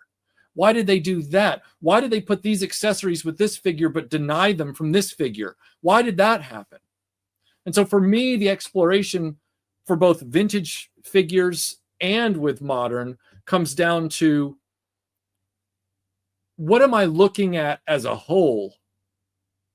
Does this make sense or not? Is this unnecessarily scattershot, or is this feature unnecessarily frustrating? That kind of thing. And because of that, I tend not to watch a lot of comprehensive reviews from other channels of toys, because if it's analog toys, fine. Robert's Infinite Realms, he does some interesting commentary when he's reviewing toys that goes beyond that stuff. It's channels like that I like to watch the content of, because they give you the education, but then they also kind of look through it. Like they look past it and go, you know, this is more than just the paint apps and the articulation and the face sculpt. Like, yeah, if a face sculpt is particularly bad, let's call it out. But there's far more going on with an action figure line to parse as relates to the company that made it, as relates to the creative team's decisions that tell you a lot more about where their head was at. That's kind of where I live with that kind of stuff. That's what I consider comprehensive. So I haven't found that a lot of video channels about toys really do comprehensive videos. They kind of are toy review channels, which, hey, nothing wrong with that. You want to get a quick glimpse of something that's just come out and you find that person that's got the review out first, great. You'll kind of get to see what the factory end result is, and that's very valuable. A lot of people ask me all the time about why my videos on certain things come out far later than everybody else's. I don't chase the day and date drop. Well, because you can't get a good vantage point. You can't get a Hawkeye view of the whole thing until you've got some distance from it and the hype has died down. Because let's face it, fanboys love to just get excited about the latest thing. Oh, it's so cool. Oh, it's this. Oh, it's that. And most of the time, if I'm watching one of those videos, it's ignoring their commentary and looking at the footage they're providing of the figure that I couldn't get yet to see what that factory result is. I'm not listening to them because they're just being positively hyperbolic and whatever. So like this video that's coming out soon is all about the Indiana Jones Adventure series from 2 years ago. I didn't even buy the line until everybody started begging for my take on it. And I got it all at discount on Hasbro Pulse with a few exceptions. So I'm able to really and I spent months and months studying it while I worked on other videos so that I knew exactly what I wanted to say. So I feel like a comprehensive review, for me, the definition of a comprehensive review is, have you really backed up and really analyzed this and looked at it? Have you really found all the places where it does or doesn't make sense? That's what's important to me. Brian Dillingham, thank you for the Dillinghamism, sir. Good to see you. Hope you're having a good night. Good. Glad to hear it, Alexander. Glad to hear it. Hey, Michael, I just stumbled upon a sealed Power of the Force Slave Leia. Is this version worth the same as the 80s figure? There is no 80s Slave Leia. There is no 80s Slave Leia unless you're referring to Stan Solo's excellent simulation of what might have been. There is no Slave Leia in the Kenner line. There's a lot of information on the internet about the Kenner line, so that's pretty easy stuff to suss out. I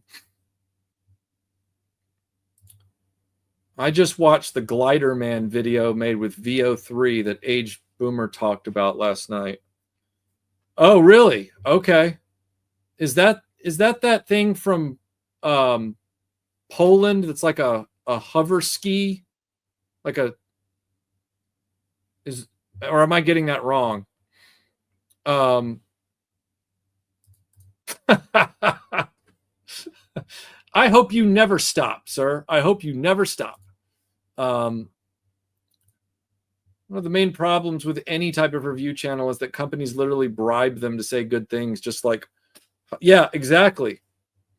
Yeah, it's why I don't do reviews really. I do like analysis on stuff. I like toy reviews. It's like the catalogs we got, except it's an in-depth look, but I feel like it depends on if the reviewer is a trusted source. Good point, Ra. Good point. Good point. Company fanboy. Yeah. Whew. Preach. And this explanation is why Michael French is a national treasure. The funny part about that, Bob, is that it without fail, after 13 years and counting on this platform, there are still people who show up to my videos about that and go, why are you being so negative? And it's like, I'm not being negative. I'm being thorough. They don't understand it. And it seems like the world never runs out of those type of people. They will always keep showing up in the comments being like, don't you think you're overthinking this? No, I think nobody's thought about it. I might be the first one to have really thought about this and then put my findings out for public consumption so that you can insult me. Thanks a lot. It feels like such a reward. But, you know, the people in the comment sections are funny because they either do that or they come in and they do the whole thing where they're like, well, yeah, I already knew that. Everybody already knows that. It's like, well, then how come you didn't do a video about it already so I don't have to? Everyone's trying to just have their moment. And meanwhile, I'm just working my ass off trying to just deliver a reference grade video for people so that they have a one-stop shop to kind of learn about all of the aspects of this particular line, including the analytical criticism, so that they can make a clear choice as to whether or not they want to buy anything from it or not.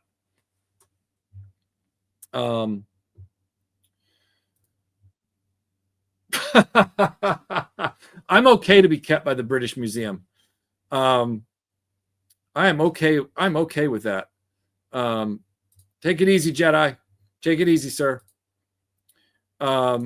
International treasure. They kind of ruin every community. I make custom replica weapons for HEMA, and it's the same thing here.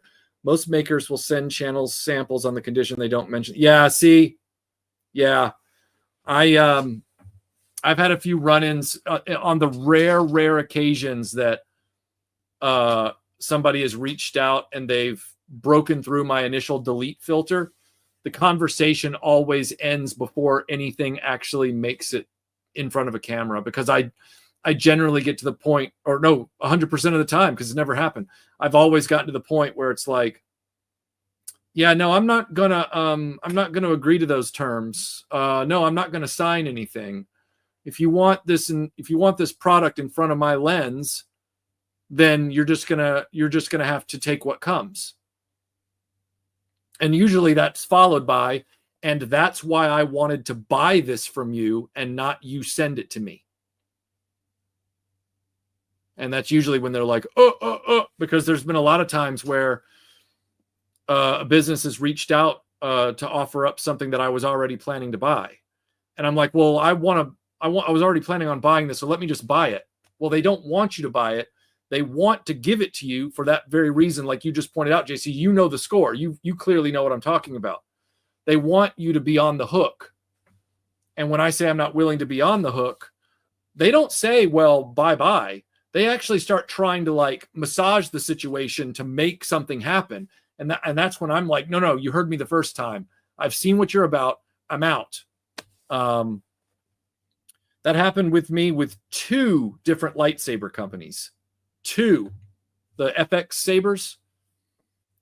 I sent 2 of them packing, and they came well recommended from other people. And those people are trusted friends.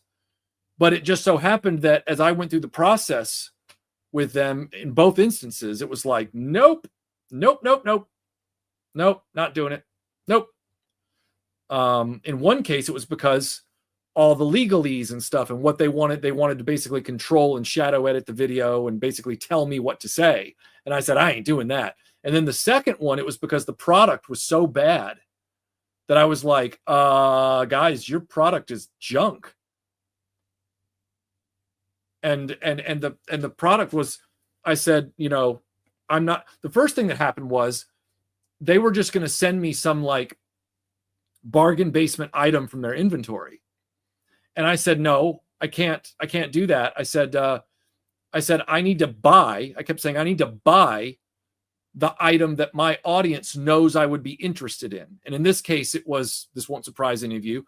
I said, the only thing in your inventory that I'm interested in, the only thing in your catalog that I would actually want is Luke Skywalker's Empire Strikes Back lightsaber. That's the one I want. I will buy it from you. And I had to argue with them because they kept insisting, well, no, that's fine. It was the most expensive one in their catalog, but that's the one I would want character-wise. They wanted to just send it to me for free. I said, I will not do that. I said, at best, what you can do, since you wanted to send me this other one, if you want to compromise, I said, subtract that price, that amount, from the overall price of that, and then send me an invoice, a custom invoice. So they did. Product shows up, product breaks within an hour. They're desperately trying to salvage the situation. They send me express from wherever, express DHL, another hilt to put the thing on. That one broke in 10 minutes. And at that point, I told them, I said, I don't know what the deal is here, but you guys aren't ready. You guys aren't ready for prime time. And they were like, oh God. And I said, I'm not going to do this video if I get a refund. I said, but I am going to do this video if I don't get a refund. I said, and I'm going to be very, very clear about everything on this. And they were like, and they said, don't even send anything back. I said, well, I wouldn't even know where to send it. They gave me the full refund. And then I sent those hilts off. I literally mailed them up and sent them to friends and said, have these as display pieces. Enjoy. I know exactly what you're talking about, JC. It's insane. Have I seen it? I own it on Blu-ray. Boom.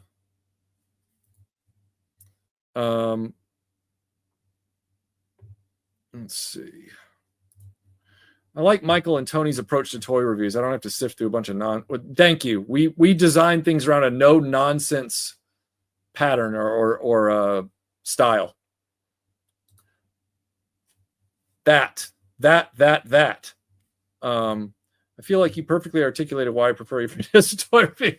Thank you, B Things. Thank you. I'm glad to know that. I'm glad to know, seriously, truly glad to know that when words come out of my mouth, I don't sound like a raving lunatic to everybody. We'll send you a free ass blaster, but please don't mention that it blasts at. Yeah. I have been on DeviantArt before, but I have not seen that person's art. I remember Michael reviewing those weird knockoff lightsabers that had like Christmas mode and Space Invaders sound effects that got stuck. Yeah, that was the Patreon video that I posted to show everybody on Patreon why I don't take freebies. So then I have leverage to fight with these people when their products are crap. Yeah. So that Patreon video is illustrated because I showed the guy that I've taken footage of this because I didn't sign any contract. See, those people, I told them up front, I'm not going to sign anything and I'm not going to be told what to say. And they were like, yeah, that's fine. So because I didn't have a signature on anything and because I had paid for the lion's share of the item, I had them where I wanted them. And I'll never do otherwise. I have to have it in writing.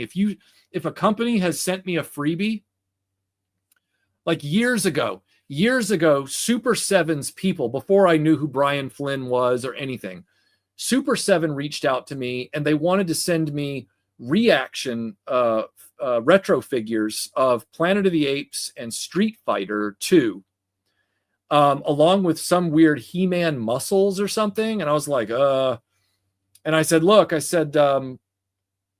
there something here where I have to like agree to say certain things? And they said, no. And I went, oh, great. Okay, fine. Well, send me whatever. And they sent the stuff and I did the video on the figures. And then I took those figures and gave them away. And the video I did on the figures was not flattering. Like it was, these aren't quite ready for prime time. You know, they got splitting crotch welds and all kinds of stuff. And they look kind of generic. And what's the point of these, you know? I never reviewed the Masters Universe muscles and I gave those away at the same time. So not only do I not keep the freebies, and I rarely to never get freebies anyway, but in the rare occasions I did, I always just immediately gave them away. So, and Super 7 never reached out to me for any more reviews, and I'm sure I know why they didn't, because, you know, the Han Solo jacket from Bradford exchange. When they sent me the Han Solo jacket, it was so big that I had Aaron model it on the video. He modeled that. And then they weren't happy with the review, because in the review, even though I was positive about a lot of aspects of it, I said that because it was off the rack sizing, it's not going to work for everybody for a custom outfit piece. It's not going to work. It'll work for some people who are fortunate enough to be built a certain way, but a lot of people are going to need a custom tailored piece anyway. So they were kind of pissy with me, but they said, oh, just keep the jacket. I was thinking, well, good thing you said that, because I already gave it to Aaron. Aaron's already got it. I can't wear it. Yeah. So it's been a weird, fun ride with that kind of stuff. And I suspect by now word's gotten around. But in other instances, like one of the weird freebies that I got out of nowhere was when I did the video about the Airfix airplanes, the ones that kind of like Legoed together, the Spitfire and the BF-109. Airfix, or the company that owns Airfix, they reached out to me and they were like, we loved your video on this. We'd like to send you an item to review.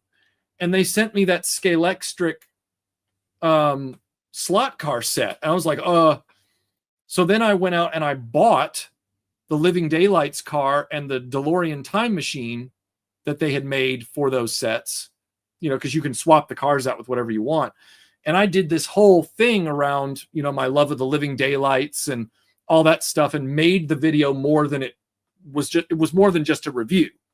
And the funny part is that they were really happy with the video, even though they didn't tell me what to say. I didn't have to sign anything and all that kind of stuff. But after that, they were like, yeah, I hope you'll keep buying our products and reviewing them. And I'm like, well, I'm not really a slot car guy, and I've already got the cars I want from buying them myself for this track. So yeah, probably not going to do much more than that. So yeah, these companies can be weird. They're weird. Ooh, really? Oh, it's no problem, man. Not a problem. Not a problem. Oh, thanks, JC. I appreciate that a lot. Thank you. Old school model of selling a product but giving it to someone. Yeah, it's sad, isn't it? Thread layers here. In terms of the AI subject, it does bring up some very disturbing concerns where evidence can be fabricated to frame innocent. Yeah, that's one of the things I'm very worried about, because there are people on social media that would love to use those kind of tools just to go at other creators they don't like. Did you hear about the Twist Saber on Kickstarter? Yeah, I saw that. It looks a little 3D printy right now, so I'm kind of like, we'll see. Well, Maki, I haven't done a video yet about Bravestar, but I have all the major toys. I think the only thing I don't own is the Stagecoach. I'll get around to it. Am I right in thinking if Superman can crush, decisively beat Jurassic World Rebirth, can't crush, that it's doomed to fail? Probably. I would say that's fair. The guy does 3D prints of vintage toy action figures and vehicles. So he's got mass. Oh, the guy that did the sabers? Interesting. Yeah, they do suffer from poor management. Brian Flynn is a goofball. Yeah, they do need to get him out of the way for sure. For sure. Oh, wow. Well, we're now at the 2-hour mark, and I guess. Oh, good to see you, Joe. Are you saying good evening, hello, or good evening, goodbye? Yeah, I was really curious about all this after Troy and Netter did their show, and I tend to worry because of just what JC brought up, which is the whole idea that toy reviews when we're defining what comprehensive means versus not, there's a few of us and then there's everybody else. And while they can be helpful, I don't think at all they're necessarily comprehensive. And so I do worry that if we're getting to a place in consumer culture and in culture in general where nobody really values facts and reality anymore, with AI kind of like, dropping the last amount of gasoline on the destruction of authenticity, then will all of that be traded up for AI TikTok style garbage and shorts? I do wonder. I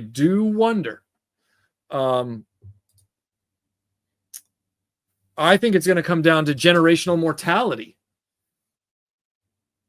I think toys, given the way that the major players in the toy industry have mismanaged their place in society over the last 25 years, I think we are fast approaching a time when only the sort of anachronistic kids who grow up to be anachronistic adults care about collecting vintage toys or toys at all. Toys are going to be a relic of a past time. It's like how I like collecting or wearing. It's like the guy at school that likes showing off his pocket watch, or in my case, it was I always wore dress fedoras and stuff. Very anachronistic today, but it felt like it very much felt like me. This was my wheelhouse. This is where I lived. So yeah, I think toys are going to become an interest of old souls, because the old people who remember toys like us will be gone, and it will be old souls that keep a niche interest in them. But yeah, exactly. How many toy museums can we really have? Think about all the junk your parents have that you do not want when they die. That will be us in the future, and our children won't want all this plastic stuff. Yeah, that is very true. Yeah. Can you imagine Goodwills, say, within the next 30 years just being filled to the brim with vintage toys that you, as an older 80-year-old, never found when you were looking for them when they were collectible, and now they're just in a box for $1 with like 20 other things in a bag? Like, that will be wild. Well, Ra, like I said, I've got things earmarked that I'm going to offload, but there are things that I collected for me that I don't want to get rid of. Even things that I had no nostalgic attachment to that I just ended up appreciating a lot that I don't want to get rid of. But they are the minority of the percentage. The lion's share of this stuff has been very useful for videos and making good content, and it's been fun to interact with and finally see in person. But I have no interest in hanging on to it for my whole life. I have no interest. Yeah, true. I often wonder what people's plans are for their belongings after they pass away. Yeah, exactly. You and Ra are on the same level there.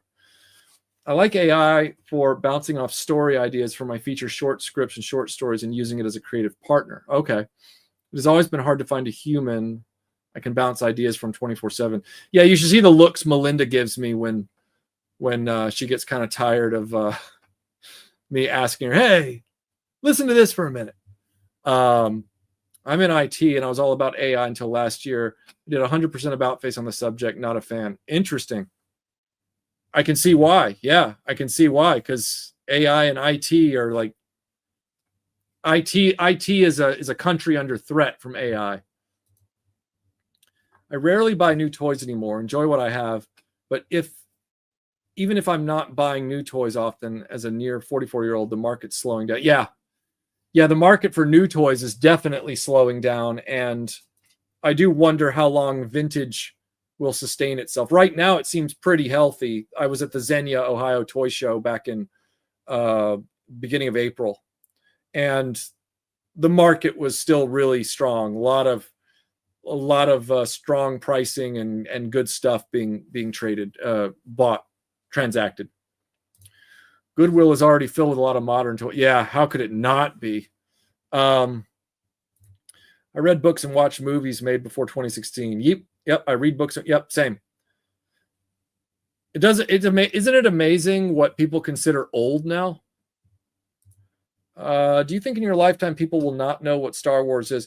If Disney keeps up with this kind of mess, yeah. There was a guy I talked to the other day. Oh, the guy that maintains, he came to do the annual service on our AC units in the house. He was born like a year after I was. He's never seen a Star Wars movie. He's seen a lot of movies that we're all familiar with together, Top Gun, Iron Eagle, Indiana Jones, all that stuff, but he was not interested in Star Wars as a kid and still hasn't seen one. So if that's the case, imagine with Star Wars being as embarrassing and terrible as it is now, if that keeps up and it keeps making less and less money, Star Wars will eventually disappear. It certainly isn't the cultural impactful thing it was back when we were kids. Not at all. Yep. Unless it's certain vintage Star Wars pieces that are more inflated than ever, which is annoying. If you collect toys for enjoyment, keep them. If you collect toys as some sort of investment, yeah. And thankfully, I've never collected for investment, but it also means that it is time to get rid of stuff while the getting is good for things that I never was going to really keep around very long anyway. That's funny. All throughout human history, it has been the few that concern themselves with higher thought. Yep. We always seem to be the ones over in the corner. If all these toys don't go to museums, and they will be piles large enough to be seen from space. Yeah. Oh, that's so sad, isn't it? Also one of those possible anachronistic old souls. I'll pick up some of that stuff. The masses only care about the truth when it suits them in the fantasy world they have built in their heads. Yes. Oh, thanks. I assume you're talking about this one and not this one. Or are you talking about this one and not this one? La Boo Boos. I don't even know what those are. I'm afraid to ask. I have a good library of them, but it's small and focused. It's West End Games Star Wars and a few Indiana Jones West End Games items.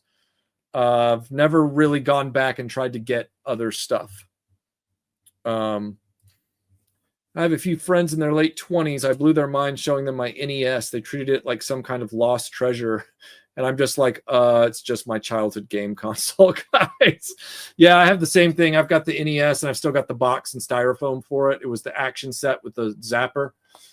I've still got all the paperwork and everything. And then I've got my Vectrex, which kind of blows people away when they see that, because a lot of people have only heard of Vectrexes and seen them in videos. And I've had it since I was a kid. Still works. Wolfie, good to see you, man. Yeah, the Xenia show was amazing. And the side quest for indie merch. Yep. And I really appreciate you guys doing that, and also just helping me find those Zorro figures. That was very, very cool of you guys to help me out. I appreciate that so much.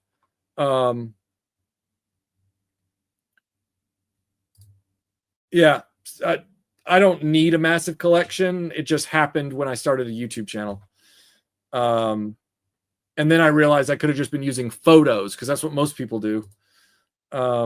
As a Gen Zer, I've been having a blast discovering for myself the pulp stories of Robert E. Howard, Lovecraft. Yeah, you're definitely an old soul in that regard. You qualify. Well, Jason, you just kept the good stuff.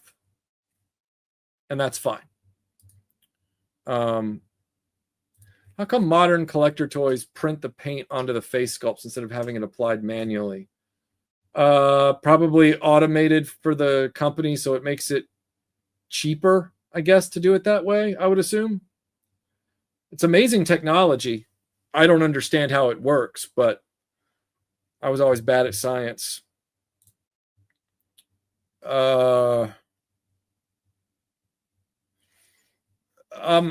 I split the difference here because I appreciate things about both of those, and I'm not trying to walk a line. I really like elements of both of those productions. I like Jack's Joker, and I like Heath Ledger's performance in Dark Knight. In fact, Heath Ledger and Morgan Freeman are the two things that keep you in the seats in Dark Knight. With Batman '89, it was really an artistic triumph. The production design, the prop work, everything like that. And funny is subjective. So like I think Jack Nicholson's Joker's funny, but I also think Cesar Romero's Joker from the Adam West Batman show is funny. And there's a lot of stuff that Heath Ledger did in that movie that I thought was dark gallows humor that was funny, but I have a darker sense of humor than some people. Excuse me. So maybe that's why I don't have a problem with either of those interpretations.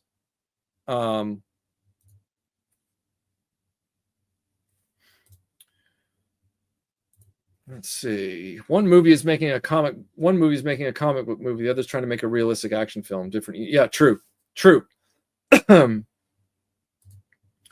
Humans can say no, get sick, have personal problems, die. This is what. Well, right, which is also a really dark indictment of what the people in charge really want, which gets me again back to the whole thing of why is there a natalist movement at all? Oh, it's my favorite Batman film as well. What's up, Zocab? We're in free chat now. We're just talking about whatever.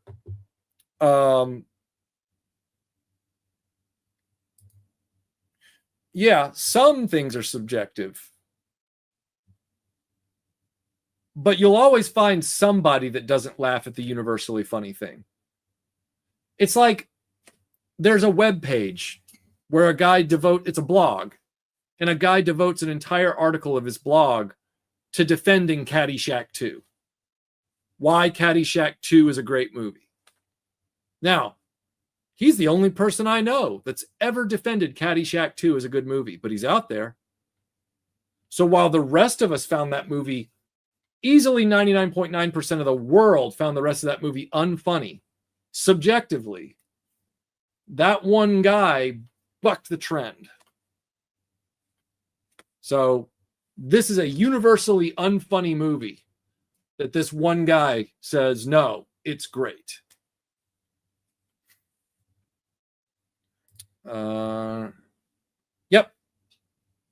Yep. Same. And I'm also pretty ticked off at Warner Brothers for refusing to release that different cut of Batman Forever, because I'd really like to see it. Why they refuse to do things like that is really sad. But Warner Brothers is a crap company now, so who's surprised? Thanks to Michael and a couple of other YouTubers that talk about the pulp era sword and sorcery genre, I've come to appreciate lots of the older heroes like the Shadow, the Phantom, and Solomon Kane. Yeah, good stuff. Really, really good stuff. Same. That movie was so bad. That was one of the worst movies I've ever seen, was The Flash. Terrible, terrible, terrible film. So many people miss the point and view it through the wrong lens. That's not realistic. Yeah.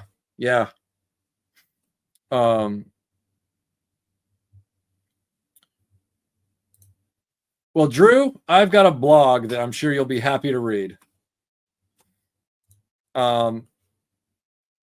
Anything ever made, movie, TV show, song, is going to appeal to at least one individual. Yeah, that's yeah, exactly. It's going to appeal to somebody. There was a guy I used to work with at the newspaper when I was a reporter, and he was like the king of bad taste. Like, he liked everything that everybody else was just like, really? Like, I mean everything. Everything. If there was a group of characters in a property, you knew like clockwork that he was going to like the one that everybody else loathed. So like if we'd been younger, if we'd been kids instead of in our 20s at the time, he would have been the kid that loved Jar Jar Binks. He would have been that kid. The rest of us would have liked Qui-Gon and Obi-Wan and Darth Maul and, take your pick. This kid, he would have liked Jar Jar Binks. He was that guy. He was almost allergic to things that were truly, truly good works of creativity, good works of fiction. It was crazy.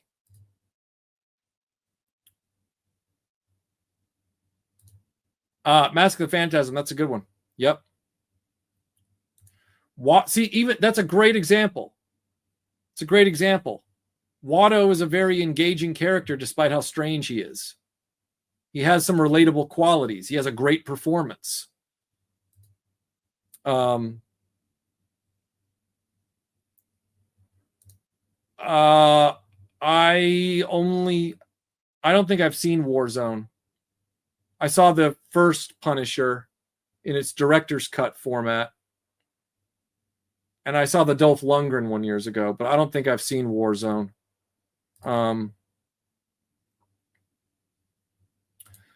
We all have that one thing everyone loves that we can't stand. And that one thing we love that no one else likes. What is the thing I like that no one else likes? When I was in the chat, when I was on Last Call talking about Bond films a few weeks ago, Aged Boomer accidentally thought that I liked the second Tomb Raider movie. And I said, no, I've been on the record many times as saying there's never been a good Tomb Raider movie.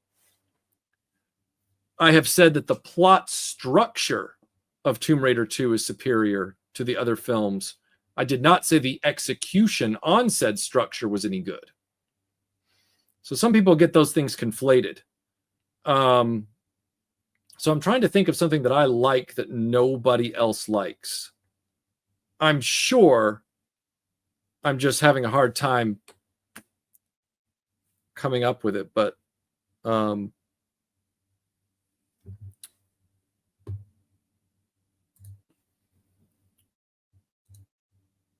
still live? Did I go out or something? Did something go crazy? I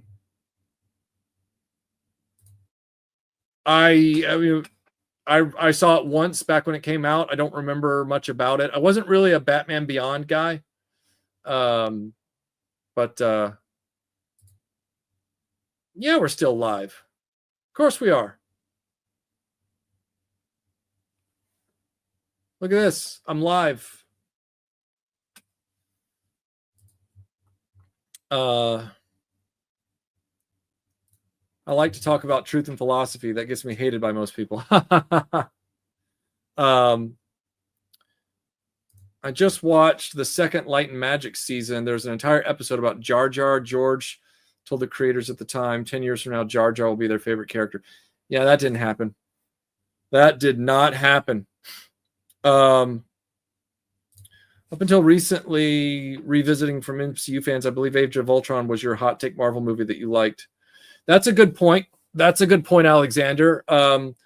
Winter Soldier is still my favorite film, but the two that follow very closely after that are Age of Ultron and the first Doctor Strange. I love those two movies a lot. I know there's a lot of people that have all these problems with Age of Ultron, including Mahler and all those guys. All those guys are very smart guys. I think Age of Ultron is really, really solid as a comic book movie. I think it's highly, highly underrated. But I'm not the only person. I'm not the only person I've met that thinks that. I'm certainly in the minority. But I'm not the only me. But I might be one of so few that it counts as an example for sure.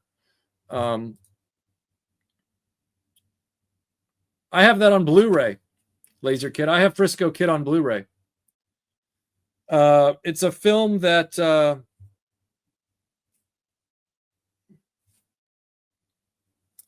I'm not wild about some of Gene Wilder's performances with his comedy. Charlie and the Chocolate Factory is great. It's a great movie. Or Willy Wonka and the Chocolate Factory. I get the titles confused. So his Willy Wonka is great. There's nothing wrong with that one. I do not like the comedy in The Producers. I've never been able to click with it. On the other hand, I like the stuff that he did with Richard Pryor. So I'm not a Gene Wilder hater. But the Frisco Kid is one where I feel like Gene Wilder kind of went up his own rear end with what he thought was going to be funny in that movie with his character. And I find, even though I own the film on Blu-ray, I found the film very inaccessible for me and sort of infuriating. It didn't work for me. So I liked where they wanted the story to go. It wasn't the plot that was a problem. It was the way he delivered on his character, and it was another producer's moment for me where I was like, this version of Gene Wilder is keeping me away from this.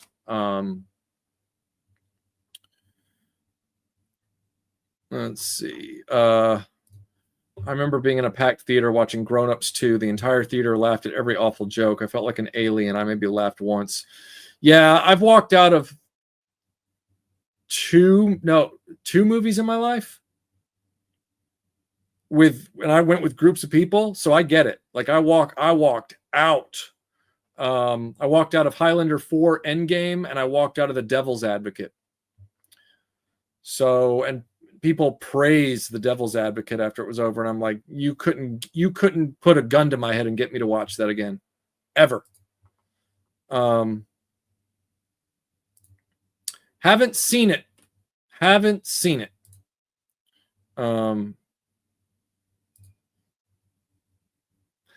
Yeah, 10 years later, The Force Awakens was all but forgotten, but Revenge of the Sith got a theatrical re-release. I have Erasure tracks in my shuffle in the Jeep. They're part of my 80s rotation.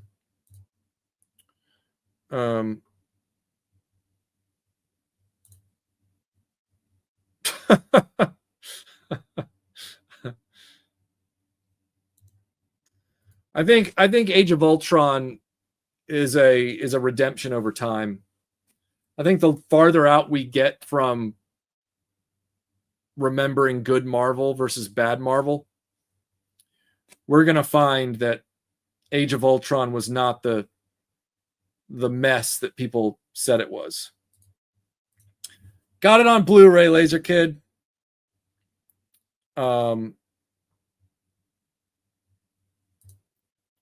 I don't really like that type of self-cast in the fandom. Personally, Doctor Who is just a buffet. Yeah, that's a good way to look at it. Let's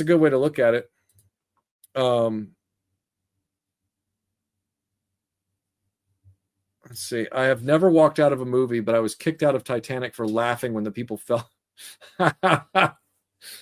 It's like I always laugh in movies as long as they're not.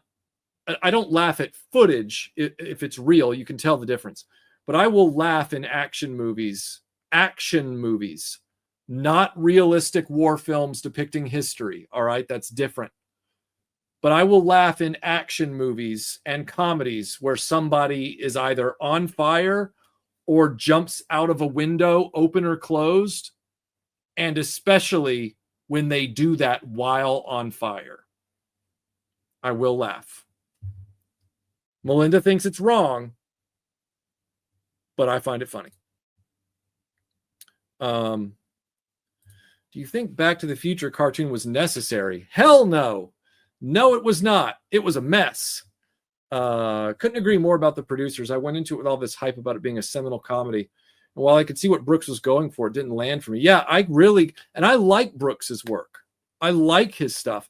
That one really did not. The blanket and the way him and Zero Mostel I found none of it funny. I found the whole thing just kind of sweaty and overlit. It didn't work. Holy crap, Zocab, thank you so much for the very, very kind super chat.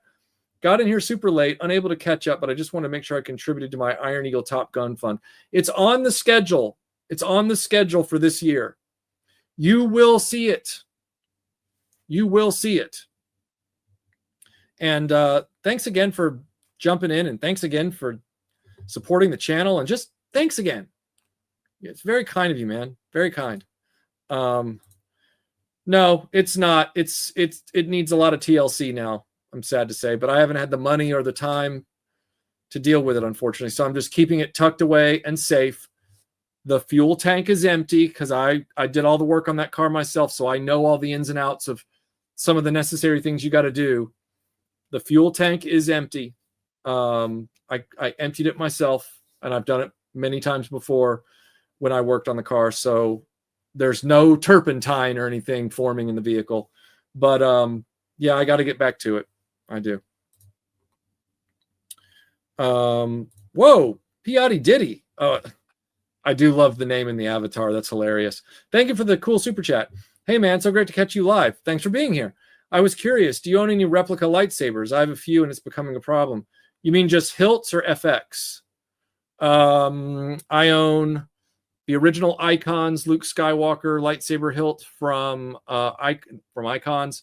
I own the Master Replicas Luke Skywalker ESB hilt, not Signature Edition or Elite. I own the Luke Skywalker Master Replicas New Hope Effect Saber and the Empire Strikes Back Master Replicas Darth Vader Effect Saber. I own an Ultra Sabers that's a Graflex hilt, Graflex style hilt. I used to own the very first ESB FX Saber with the oversized handle, and I got rid of it. I used to own the Luke Skywalker Jedi FX Saber. I got rid of it. If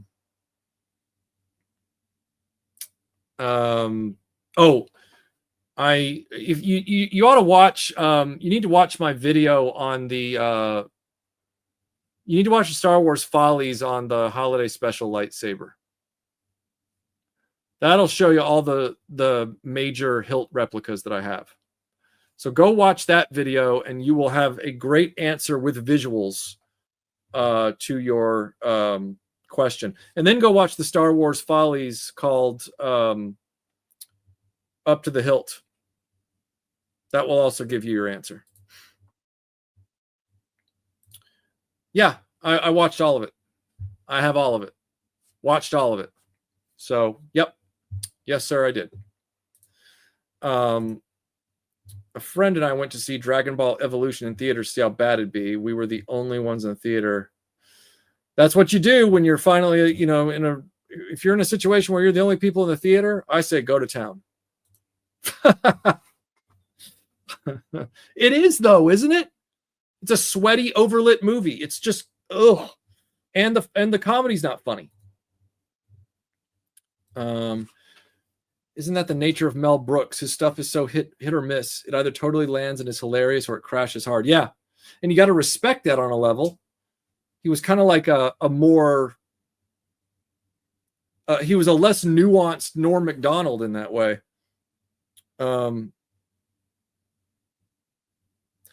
I've heard and seen. Buddy and I snuck into Charlie's Angels after watching American Psycho. Walking out of a walking in, I respect that.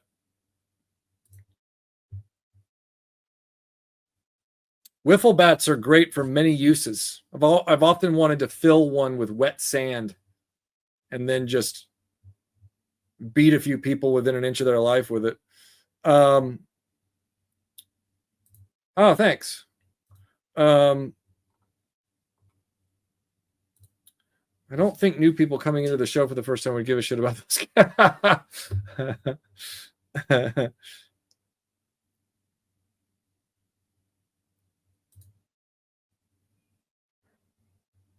Absolutely.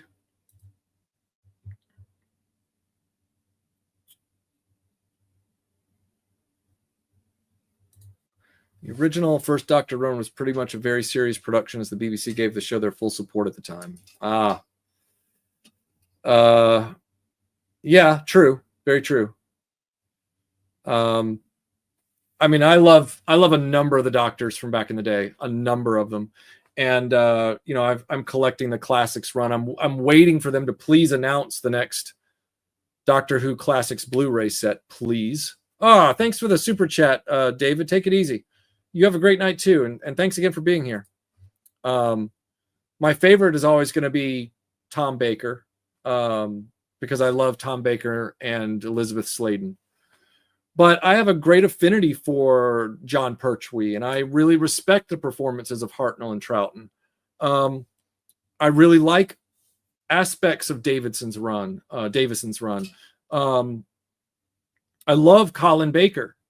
I think Colin Baker, if he had not been under that misguided showrunner, because he's a stellar actor, I think Colin Baker's performance shines through many times in his truncated run.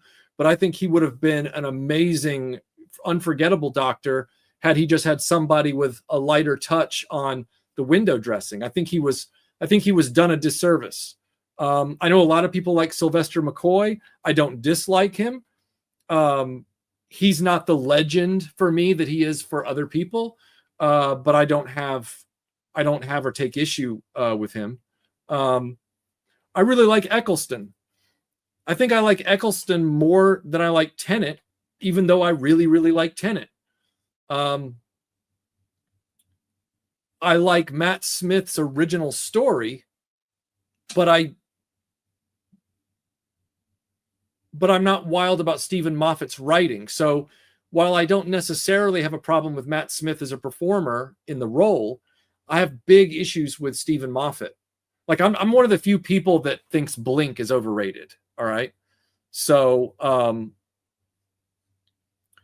I like,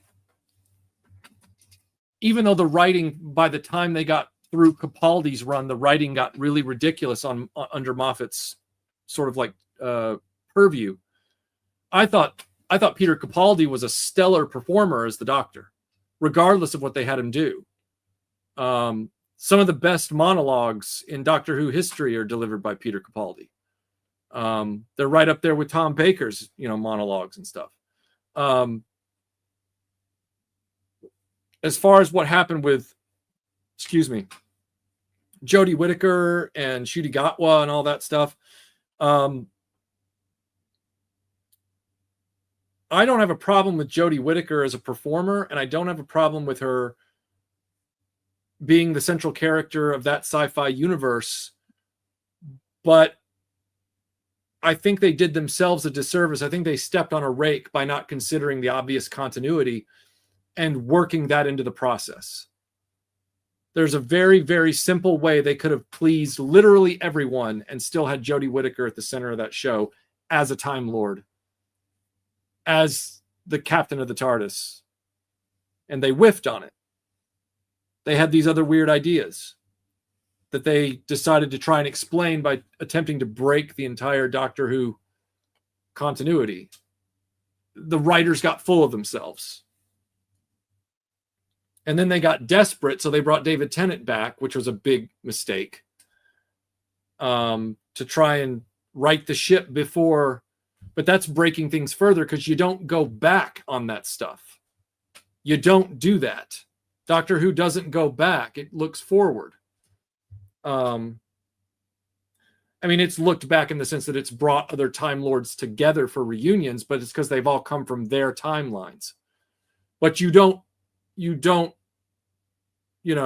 regenerate back into an old form. So their desperation is showing. They're kind of lost in the woods. RTD had his time. He's clearly lost the touch. So it's a mess. It's a mess. And I wish them luck, but especially with it being a mess and only being available on Disney Plus, you know.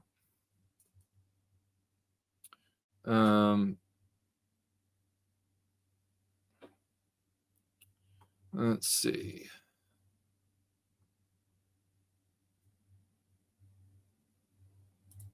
Same, Harold. Same. Yep.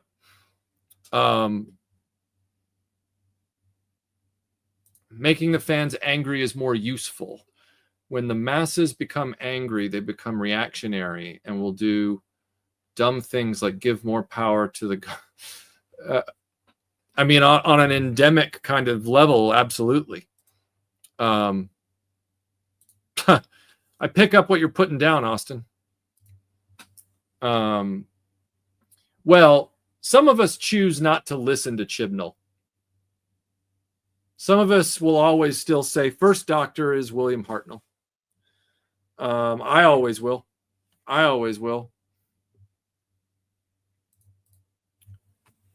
Guy with no name, thank you for the super chat. I am in love with salmon nigiri. I can devour way too much salmon nigiri. I would love to have real Japanese onigiri, but it's very hard to get where I live. Thankfully, I can get good salmon nigiri sushi whenever I want, but I can't get a lot of onigiri, which sucks. So, yeah, as far as other types of salmon, I admit I'm not terribly adventurous, but it's okay because I like what I like. And I have no problem going into a sushi restaurant and ordering what I like. So, well, we've been going for 2.5 hours. Well, I would imagine so, Doctor. You don't have to. Don't brag. Don't brag now. The rest of us are gonna get jealous anyway, and I know that's what you want, but don't rub it in. Well, everybody, have a great night. Sorry I kept you guys on the hook this long. Didn't mean to go this long, but thanks for sticking with me. And my new video will be out in the next, hopefully, 48 to 72 hours. So you'll see that. We'll be premiering it. And then I'll be moving on to new projects, new videos. So, guys, thanks again for hanging with me and talking through this whole AI thing, because it's been on a lot of people's minds. Go check out, if you get a chance, in the link description, go check out Last Call's whole thing on AI when you get a chance. Pretty interesting stuff. But yeah, we will all continue to go forward, and RetroBlasting will remain a no AI creative space. All of our videos will be hand-stitched, handmade by a human, me. So, thank you, sir. That's very kind of you. Thank you, sir. Appreciate that. Everybody, have a great night. Talk to you soon.